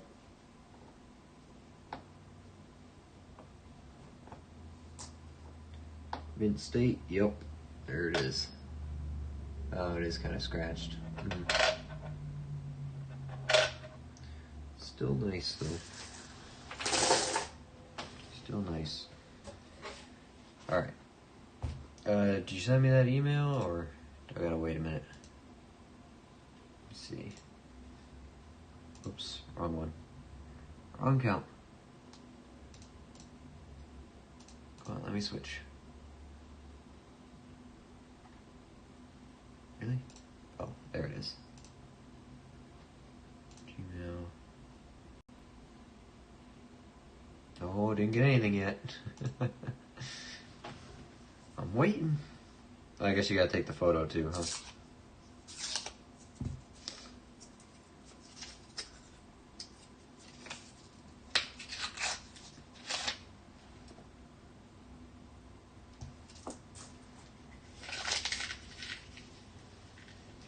Okay. 1878.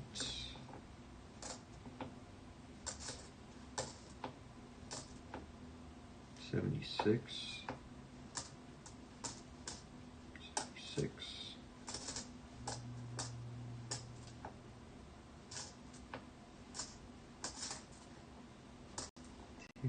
286, 94.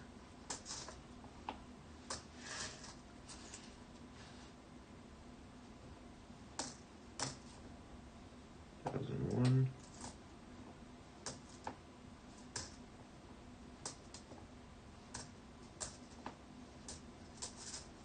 1001. 84. Oops. My stack is impeding on my collection space. Let me move these up here maybe.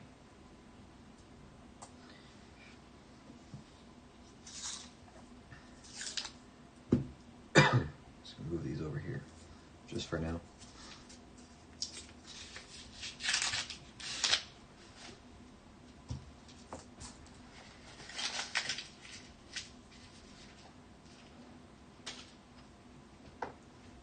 Four, 81, 64,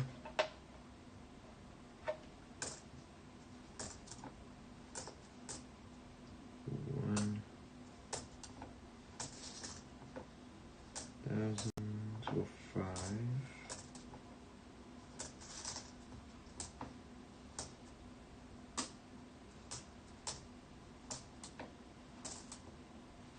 20, 18,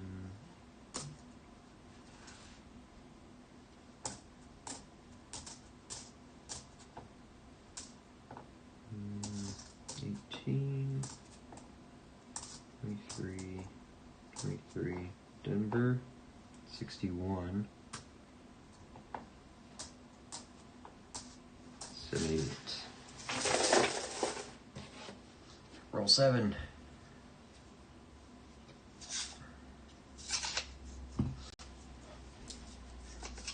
Come on, send us home. Home with something.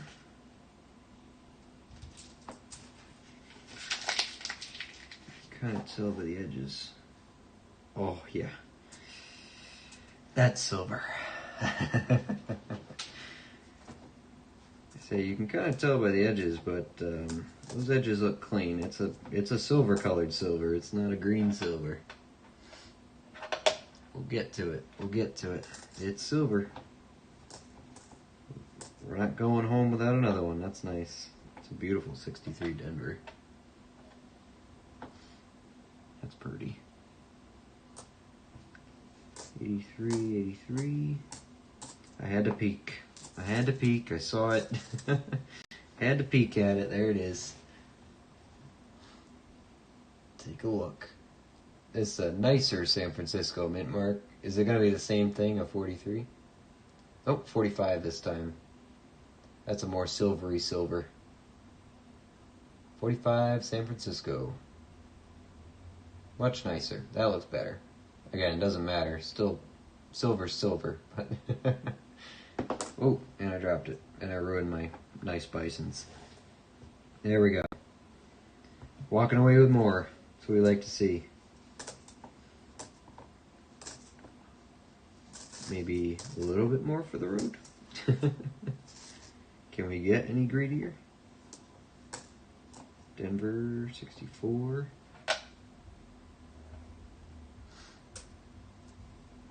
19 bison. Tay. 18, 18, 14, 91, 63. See anything there? 19, 62, Denver. It's ugly. 15, 94, 70, Denver, 74. Alright. One silver in that roll. That was it. Did you get that email? My account was flagged when I sent the email for some reason. Oh, really? Hold on. If you sent it to Lucky Luke Business, I did not get anything, no.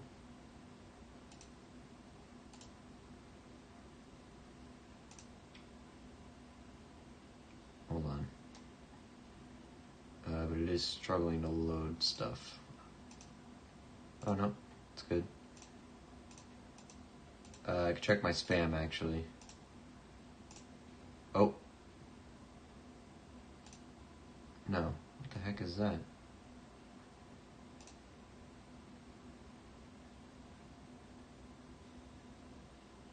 Oh.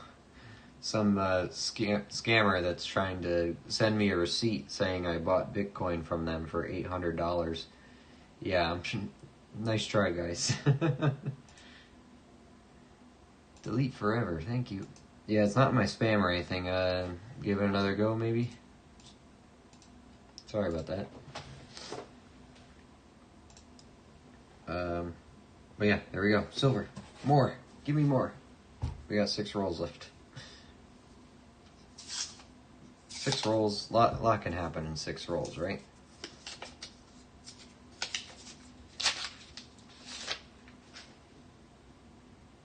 I think those edges are just dirty. Let's see, another nice 05. Nice, yes. Yes. Very good. Oh, my phone went off. I think that might be it. Nope. Maybe?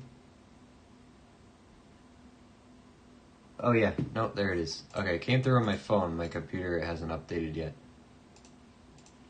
Let me finish this roll and then I'll do it.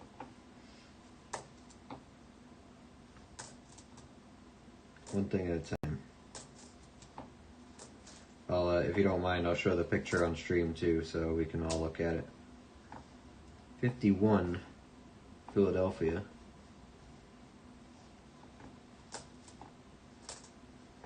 That one over. That right on him. 89, 87, 87.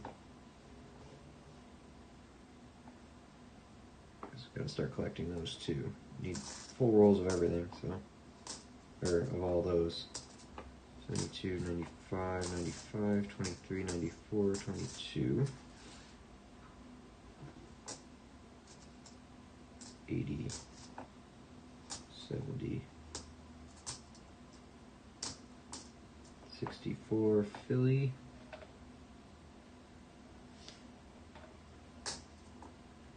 88, 85, 97, 85. Okay.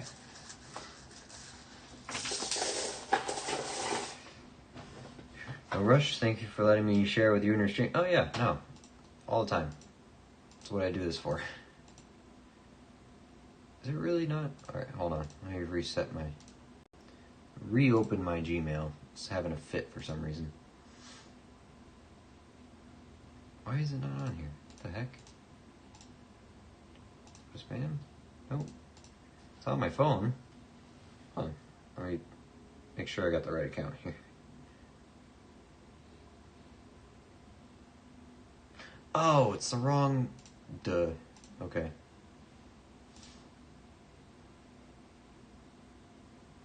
Wait, hold on.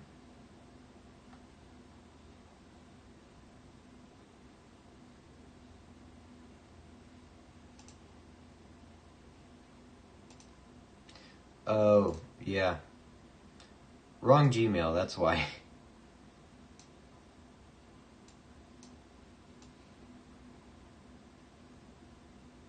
Come on. Go back there. There we go. Yeah, you sent it to the other one.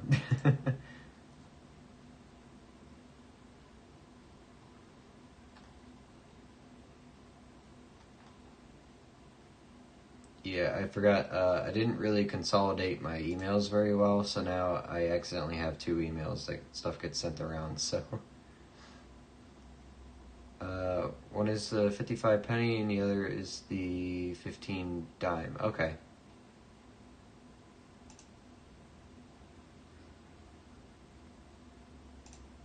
Just look at them real quick. 2015 dime definitely looks like something. I'm actually not sure about that penny, though.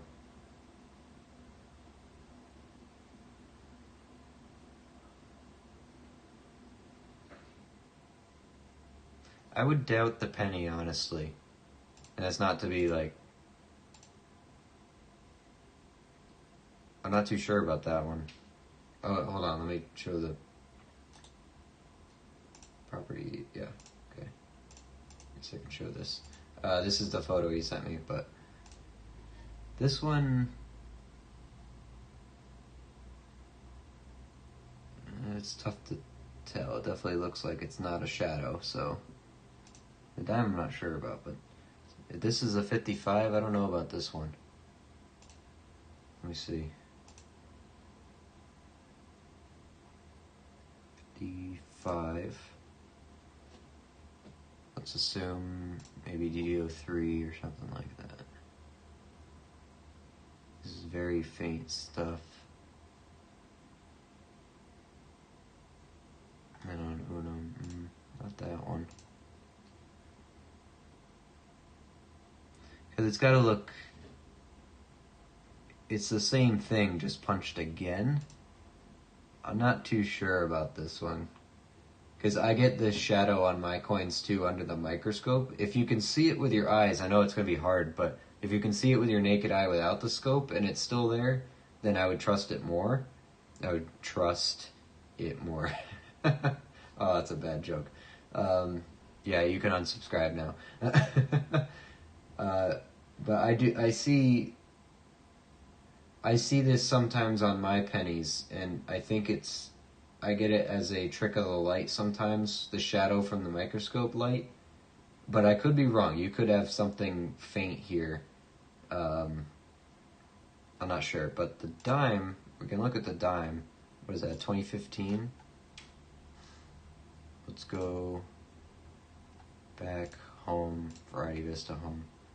I've never looked up a dime on this before. DDO 2015. Is that a Philly? That was a Philly. Oh, is it not complete yet? They got an 89. They're not up to this date yet, I guess. Or maybe there's no known ones, I don't know. That one looks a bit more like one, but it could also be shadow. That's the tough part about microscopes is sometimes they show something that's not there. I can give you an example of one. I have one here. Here. Let me do this. This... Oh, wait. I gotta move this out of the way. Okay. And go back over here. Yeah. This is a double die. This is a 1972. It's a confirmed... Well, it's not graded, but it's definitely a double die. It's not really a naked eye one, but put it under the scope, and you look at, if I try to get the glare off of here because of the plastic, come on, get out of the way. Sometimes I don't want this to be in plastic anymore. It's glaring right in the perfect spot where I need to show it. There we go. Oh, nope. There, I can put it up there. If you look at trust and we, it's pretty obvious, right? That there's doubling going on under there. Because the doubling is also raised up off the background of the coin. So this one, what I did was I went back into Variety Vista. Here we go. Went home. Went to Lincoln Cents. Double dies. 59 to 96. DDOs. And 72 is a popular date for double dies. There's actually a really expensive one. This is not the expensive one, but if we go to 72, DDO1 is the expensive one. You can see how aggressive the doubling is on some of this. See, it's actually separated from the other letters. This is the aggressive one, but the one we have, I think we identified as FS108, which is Variety 8, right down here. So what we did was, if we look at trust, you can see the T looks exactly the same as the microscope one. The R, it's kind of set down a little bit, and then over here, the U is exactly the same, the S is exactly the same. So it should look exactly like the photos in Variety Vista if it's a known variety, right? Which this is a known variety. The 72s, they got doubled quite a bit. So that's how I identified this one here. This one was actually my great-grandfather's, and I'm fortunate enough to have it in my collection now. So, okay, if we look at 70, oh, whoops, I keep forgetting this website's up, so you can't see what I'm showing you. The 72, the expensive one, is worth a lot of money. It's a couple $100, even in bad condition. So this one, though, I think we determined, because then you can go on and look at PCGS's website, the graders, and then they have auction prices of the different varieties, and this one it's actually in good shape. So it's around $20 to $30 maybe for the right bidder.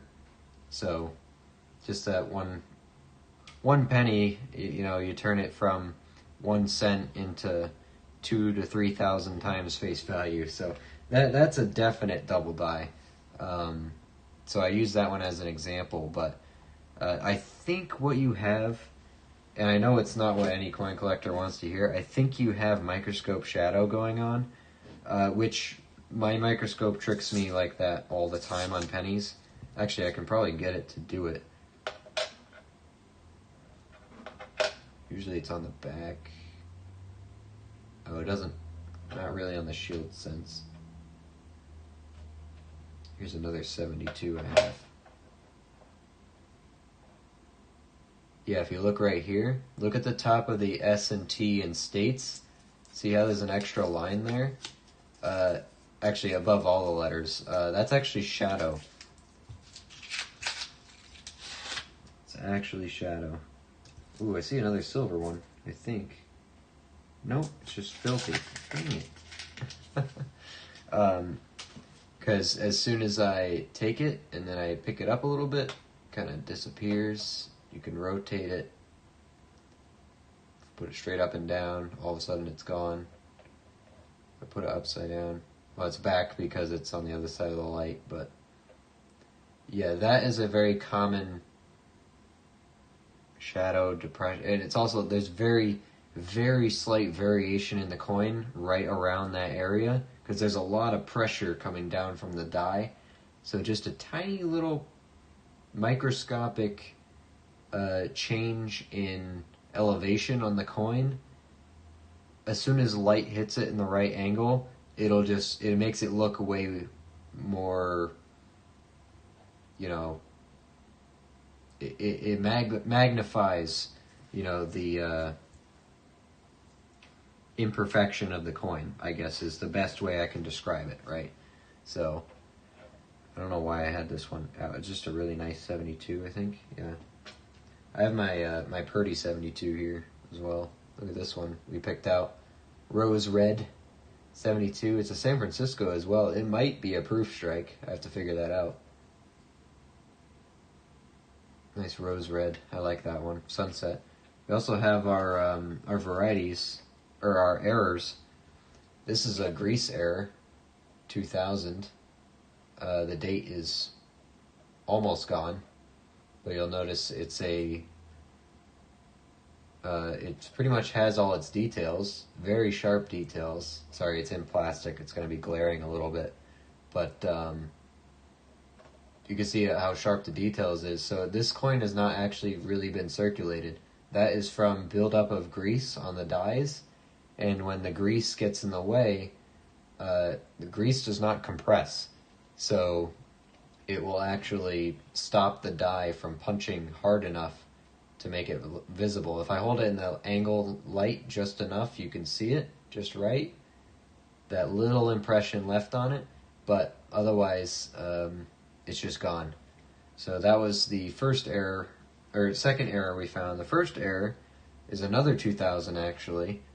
That's what it's supposed to look like. But on the back, this is what's known as a wide AM 2000. On a normal 2000, the A and the M are touching, pretty much touching. So this is a proof die that was used on a business strike coin. So on the 2000 San Francisco proofs, that's what the AM is supposed to look like. It's not supposed to look like that on a business strike Philadelphia, though.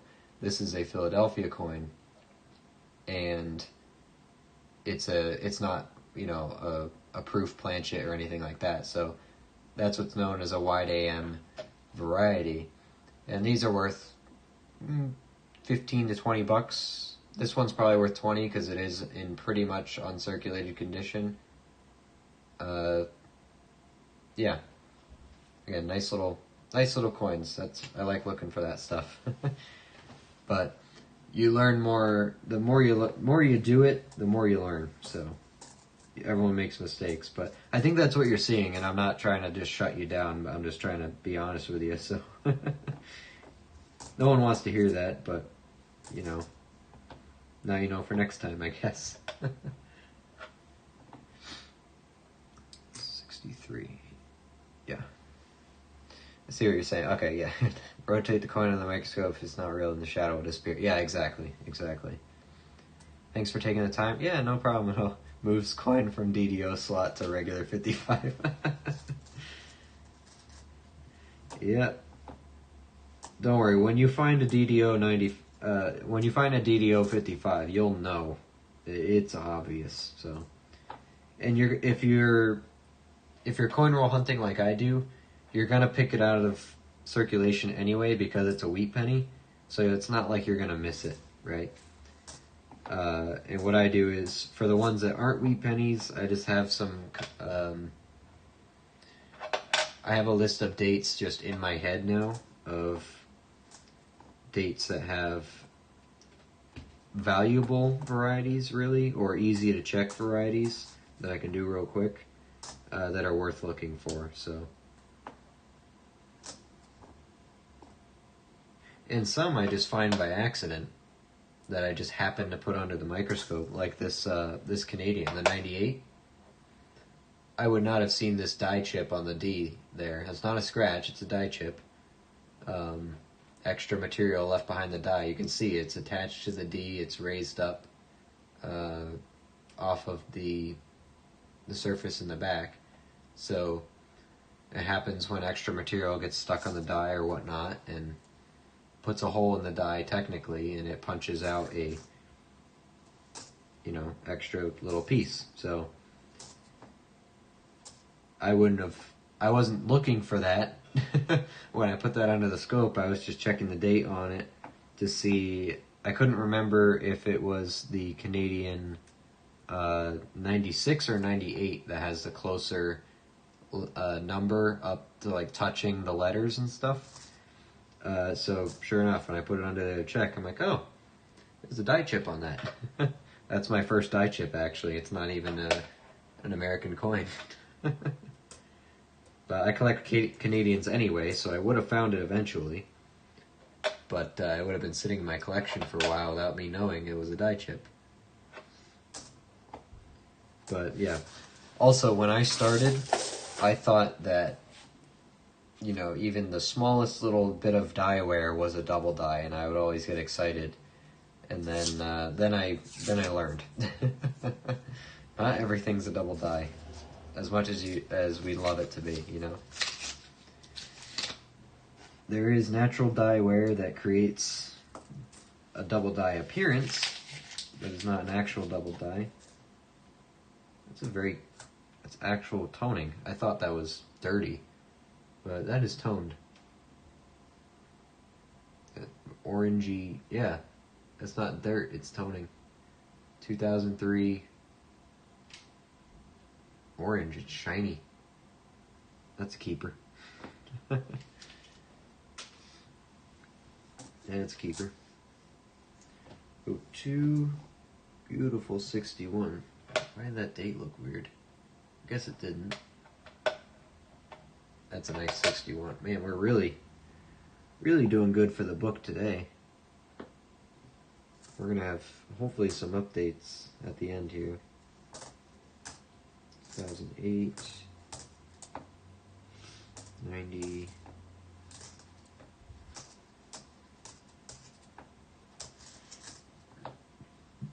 83,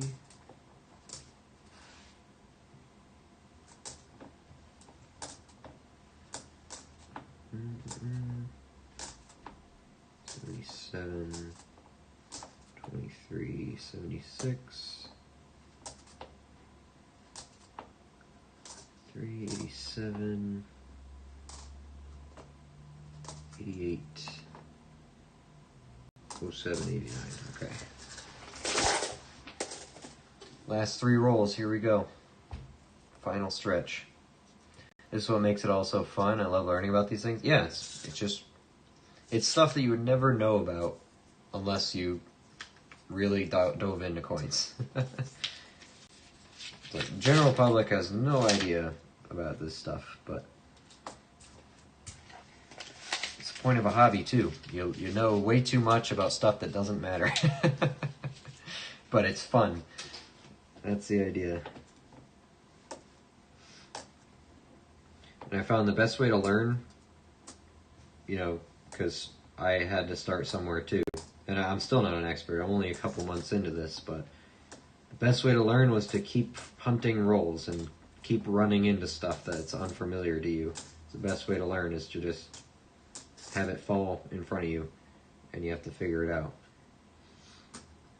That's what I like about foreign coins, especially ones that don't have a language that I speak. The best way to learn is just don't Google it right away. Try to figure it out. It'll make you, you know, it'll develop you in the end, you know. Even if you're wrong, you at least had some critical thinking experience. That's why I refused to Google that Thai coin I found a while back. Well, I didn't know it was Thai at the time, but we used context clues and our best guesses on the details to figure out what it was. And then when it was time to confirm what the coin was, we Googled what it was, and sure enough, I had guessed Thai at one point, but then changed my guess to something else. So my gut was right, but my brain was wrong. But after we figured out what it was, then we had to decipher what the date was. So instead of just taking a picture of it and Googling what the date was, we found a tool that showed us how to decipher the language around the date area, and then just figured it out ourselves what the symbols meant.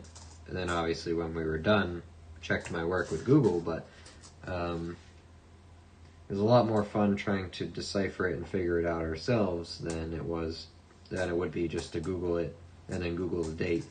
You know, snap a picture of it and say, tell me what this is. 56 Denver, by the way. 21, 23, 01, 84. All right, down to the last roll. Here it is. Final chance for any bonus goodies before we end the hunt here. But we got a buffalo to nick a date, and a book to update. So don't see any buffaloes in here. Don't see any silver color in here. But I have been tricked by silver before, because I got a pretty much mint state 1942 or 43 Philly that looked just like all the other coins. Didn't have time to get that silver color in it yet. I don't know how it looks that good, but it does. And I checked, I'm pretty sure it's not fake, so got Denver there. Nice 64. These are beautiful. Beautiful.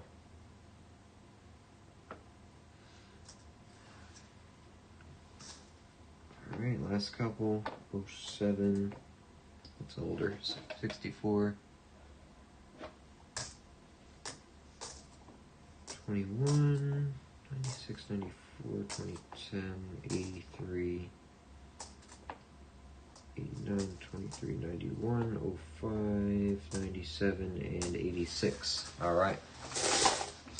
There it is. Final count. 1, 2, 3, 4, 5, 6, 7, 8, 9, 10, 11 01s. Where's my list? There it is. 11 01s brings us to 36 for that box. 4 76s. What's this at? Oops. Nope. 13 for that box. Then we got the silver. 45 San Francisco, which is a new date. Well, same date, different mint mark. Control C. 45S we now have. Still missing the 45 Denver for this hunt. I mean, I have one, but I don't have one from this year's hunt yet. Okay. That covers that. Then we got a 51 Philly and a 56 Denver.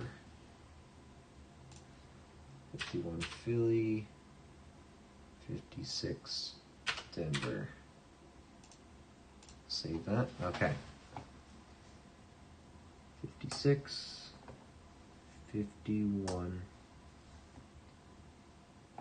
45S. 2 silvers. Both are San Francisco's. Oh, and the 2 69S's. Forgot about those. 2 of those. This one's really nice. The other one's ugly. Where did I put that? Are they up here? Is that what these are? Yeah, it is what those are. Okay. Very cool. Very cool. Alright, let me get this box out of here. Let's do the Nicodate. Let's figure out what that buffalo is, because it has a mint mark on it. And I want to know what it is. Because if it's rare, then I'll be happy. Let me go. I gotta get a bowl of water really quick so we can neutralize the acid. Put that over there. Thanks again for the help tonight. I'm off to bed. Another long day tomorrow. Hey, get your sleep in. One more day, end off the week. It's good to see you, TPS. Nice chatting with you. Always happy to help. But I'll date this buffalo. Remind me to tell you what it was next time I see you. It's got a mint mark, so it should be good. Let me grab a bowl real quick. Give me 1 second.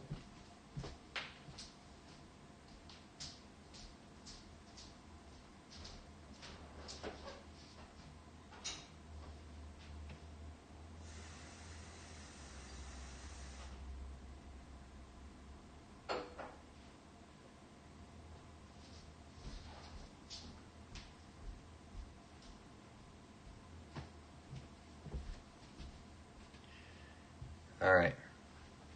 Got my bowl. here for a second. Alright, kids. Listen close. Nicodate 101. Do not drink the acid. Do not touch the acid. Do not put the acid in your eyes. You're now a professional Nicodator. Congratulations. Here we go. This is the nickel in question. Date is completely worn flat. No way we're picking that up, but there is a mint mark there between 5 and cents, so it's gonna be a good date no matter what. As long as it's not a 1936 or a 37, it is going to be worth nicodating for that mint mark. So, or it's gonna be a key date buffalo nickel. So we're gonna. Oh, I need my super sophisticated toothpick tool, very sterile and sanitary. You're going to put the smallest dot you possibly can of acid right where the date would be, just like that. And then you're going to spread it around the date area. Try not to get it on any other details you don't want it to be on, because it is acid. It's technically destroying the coin, but there's no way we can pick up the date without doing this. So leave it on here for a couple seconds. You let it turn dark. Oh, I'll bring you in here a bit closer. The lights don't really help here. Trying to, but no. Let it get darker. I am starting to see some numbers, so I'm going to take it off, dip it in the water. You want to make sure the water neutralizes the acid, so don't just get a tiny little cup of water. Get, a bowl of water.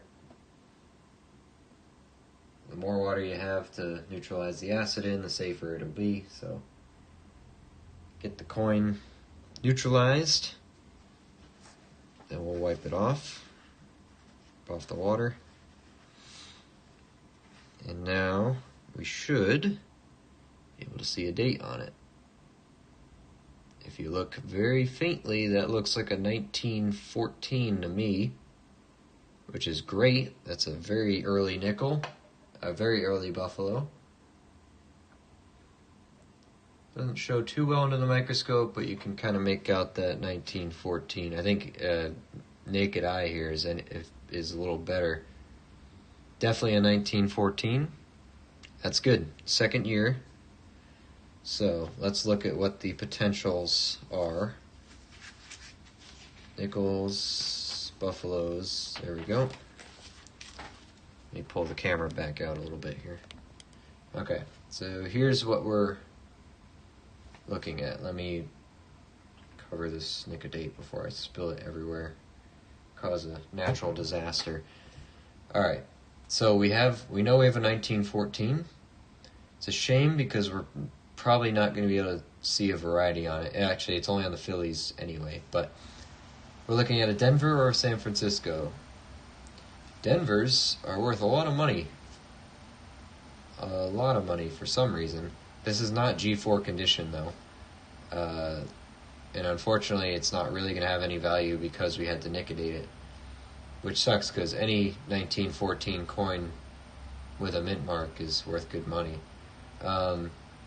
San Francisco apparently we do not want, but since this is my coin and it's going to stay in my collection, I will nicodate the mint mark area just so I know for sure exactly what it is. And again, there's going to be a lot of people screaming, saying, you're ruining it, you're ruining it. It's already in awful condition. I can't make it any... Well, I am making it worse, but...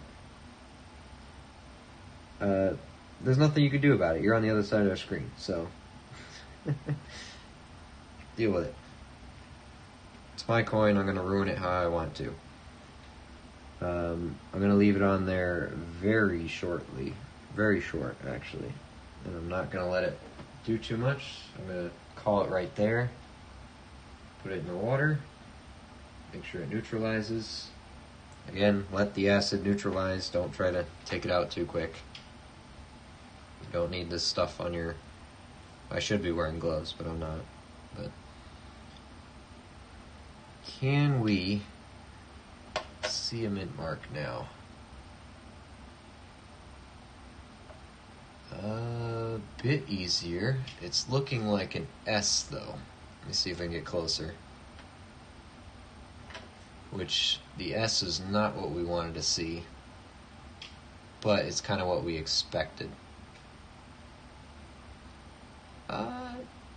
It might be a Denver.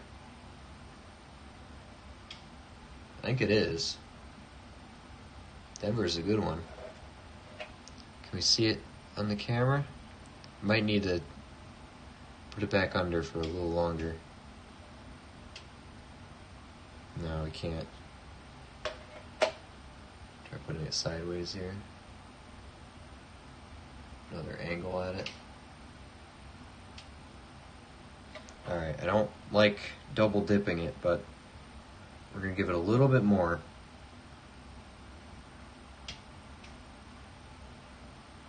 For a little longer. I really want to know for sure exactly what it is. Again, it sucks to ruin it, especially on a potentially valuable coin, but there was no date on it in the first place, so just having Nicodate on the coin, we had to have it on there in the first place to find out a date, so oh well. But if it is a good date, we can at least have it in our book. I'm not going to cry about it, even if it's Nicodated, so it's not going to hit G4 condition anyway for the... Ooh, looks a bit clearer.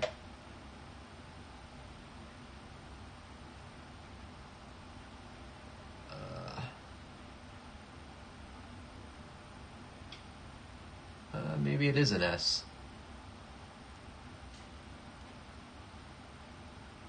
I think it's an S. Let's see what the S looks like.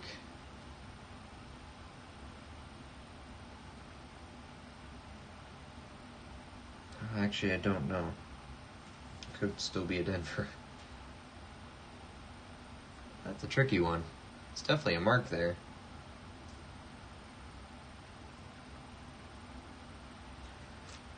I don't know.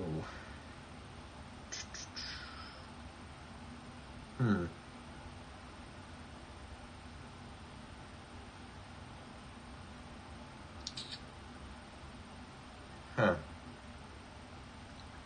Yeah, that's a tricky one. Can anyone else tell what that is? Let me try zooming out a little bit and probably putting it on an angle maybe.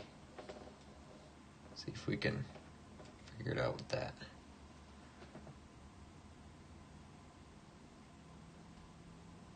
Around here it looks more like an S.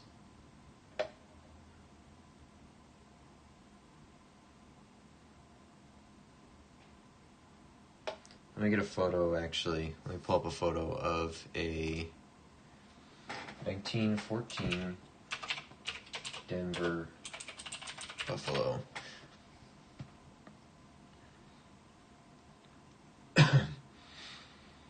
Images, let's see.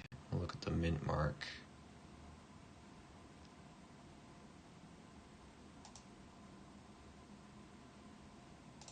I guess we'll use PCGS since we can zoom in on their photos. Just PCGS takes forever to load. Kind of a pain to use. Regular strike, yes.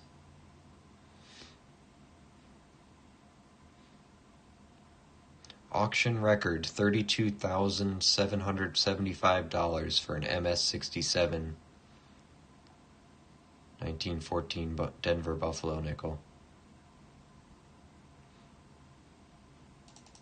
How about in garbage condition? Price guide.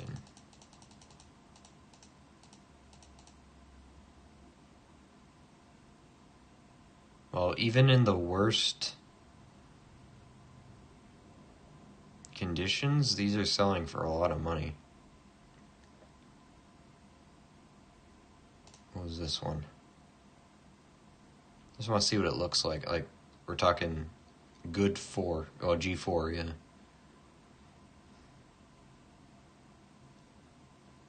I don't think this hits G4, though. Also, it's nickedated, so... It's worth a couple bucks, probably. But it's not showing me a picture. Oh, it is. There it is.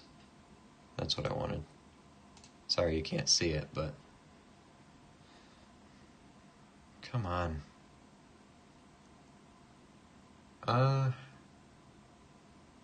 It might be a Denver.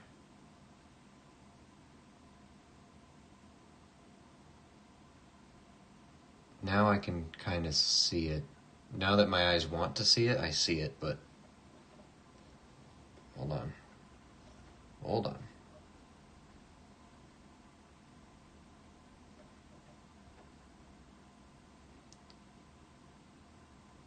I think I can see it.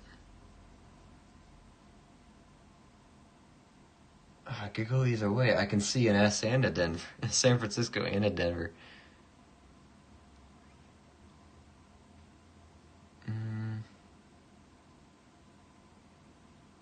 That's tough.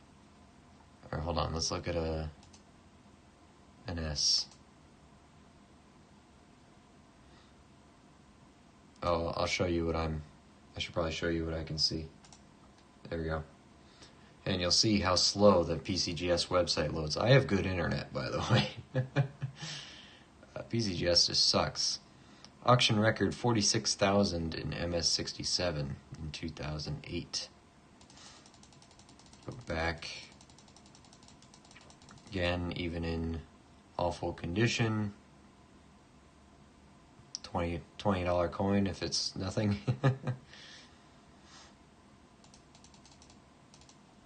But if you get one with a readable date, you're sitting pretty.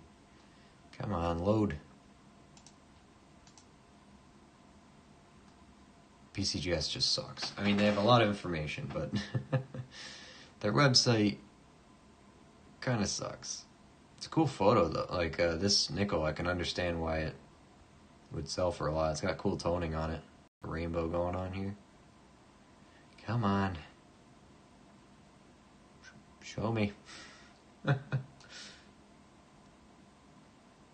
kind of see an S, but it doesn't look squished enough. These S's are kind of crushed. MS67 plus, wow. Come on.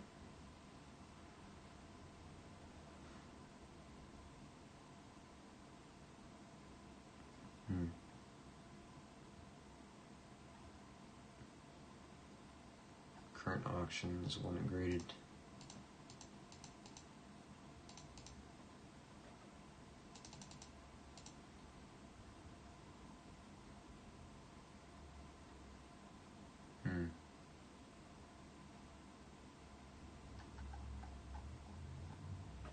Let me look now. Oh, it's got half of it loaded.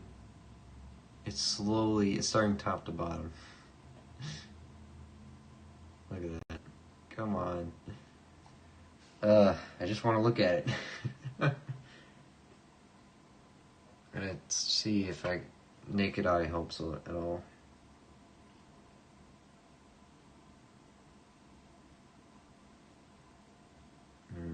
Not really.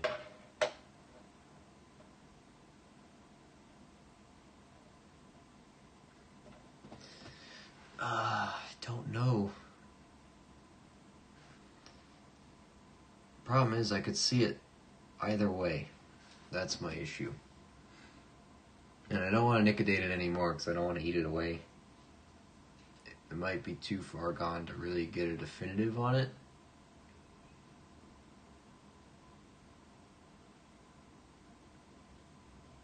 I'm kind of thinking S, though.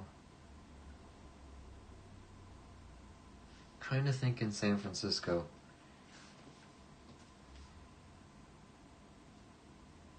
It just doesn't quite look like how the S should be stamped, though. That's my problem. It's a shame it's not a Denver, because then even in this awful condition, could still be worth like $50. I don't know why 1914 is such a desirable buffalo nickel, but I'll look at the date again, see if, I don't think we'll be able to see a variety even if it is there, but it is almost illegible. Zoomed in really close, yeah, that's almost illegible. I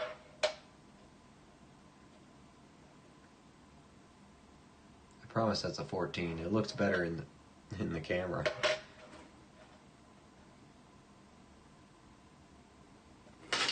Oh, knocked that pile over. There we go. I'm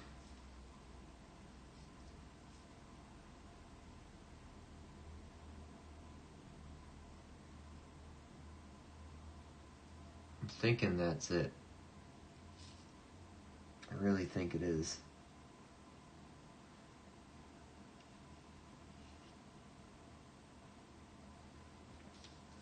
Send a picture to Rob Finds Treasure. He'll be able to tell you. He sees things that I can't. Personally, I think it's an S. Yeah, I'm leaning towards S as well. I think my eyes just want to see the Denver. But if I look at the brighter spots of the metal there, and you kind of assume the darker is the background, it looks more like an S shape. It just doesn't quite look like the right... Well, it's going to be worn down, so... doesn't quite look like the right shape or the right proportions, but I'm thinking I see an S. I'm seeing an S there. I really do think so. I think you're right. Kind of bummed that it's not a Denver, but I mean, I can't cry about it at all. It's a 1914 with a mint mark, so. Does anyone know what, as soon as you put Nicodate on these, do they just slap it as a, just ungradable pretty much? Not that I would get this coin graded anyway, it's in awful condition, but... Because G4 is Legends and Date readable. This is nowhere close to that. This Buffalo nickel is probably worth $1. Just because that's what it is, even if it doesn't look like it, right? Yeah. Okay. I think that's what we'll call it for now. This is a San Francisco, and that's what I'm going to put it in my book as. It's also what we can put it in the list as, a 1914 San Francisco. Oh, we have a 14 Philly already. Did not know that. Put that under there, 14S. 01, and... oh yeah, we got the 1913 raised ground. I'll get rid of the no date. There we go. I'm thinking it's a San Francisco as well. That's what I'm leaning towards. But okay. I think I'll save the book updating for another time because honestly it's getting late here, and I know once I start updating my book we're going to be here for another half an hour, so what I'll do is I'll throw these in the we'll show you the Buffalo book. It's a little sparse.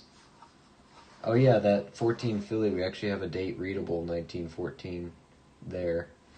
It's not pretty, but I think it technically classifies as G4 because you can read everything on it, at least. So, a 1913 raised ground, we can put that in there. It is a Philadelphia. I might show this side for that one. There we go. And then 1914 San Francisco. Put that one in right here.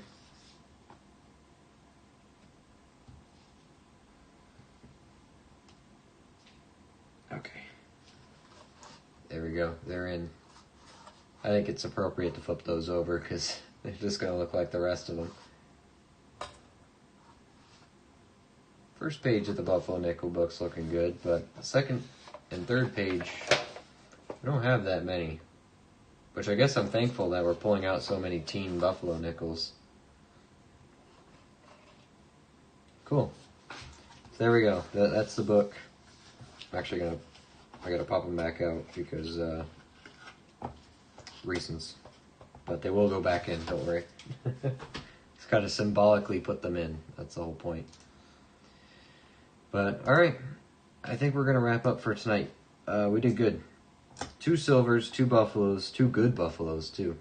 2 silvers, 2 buffaloes. Can't ask for much better than that. 2009, it's worth a couple bucks.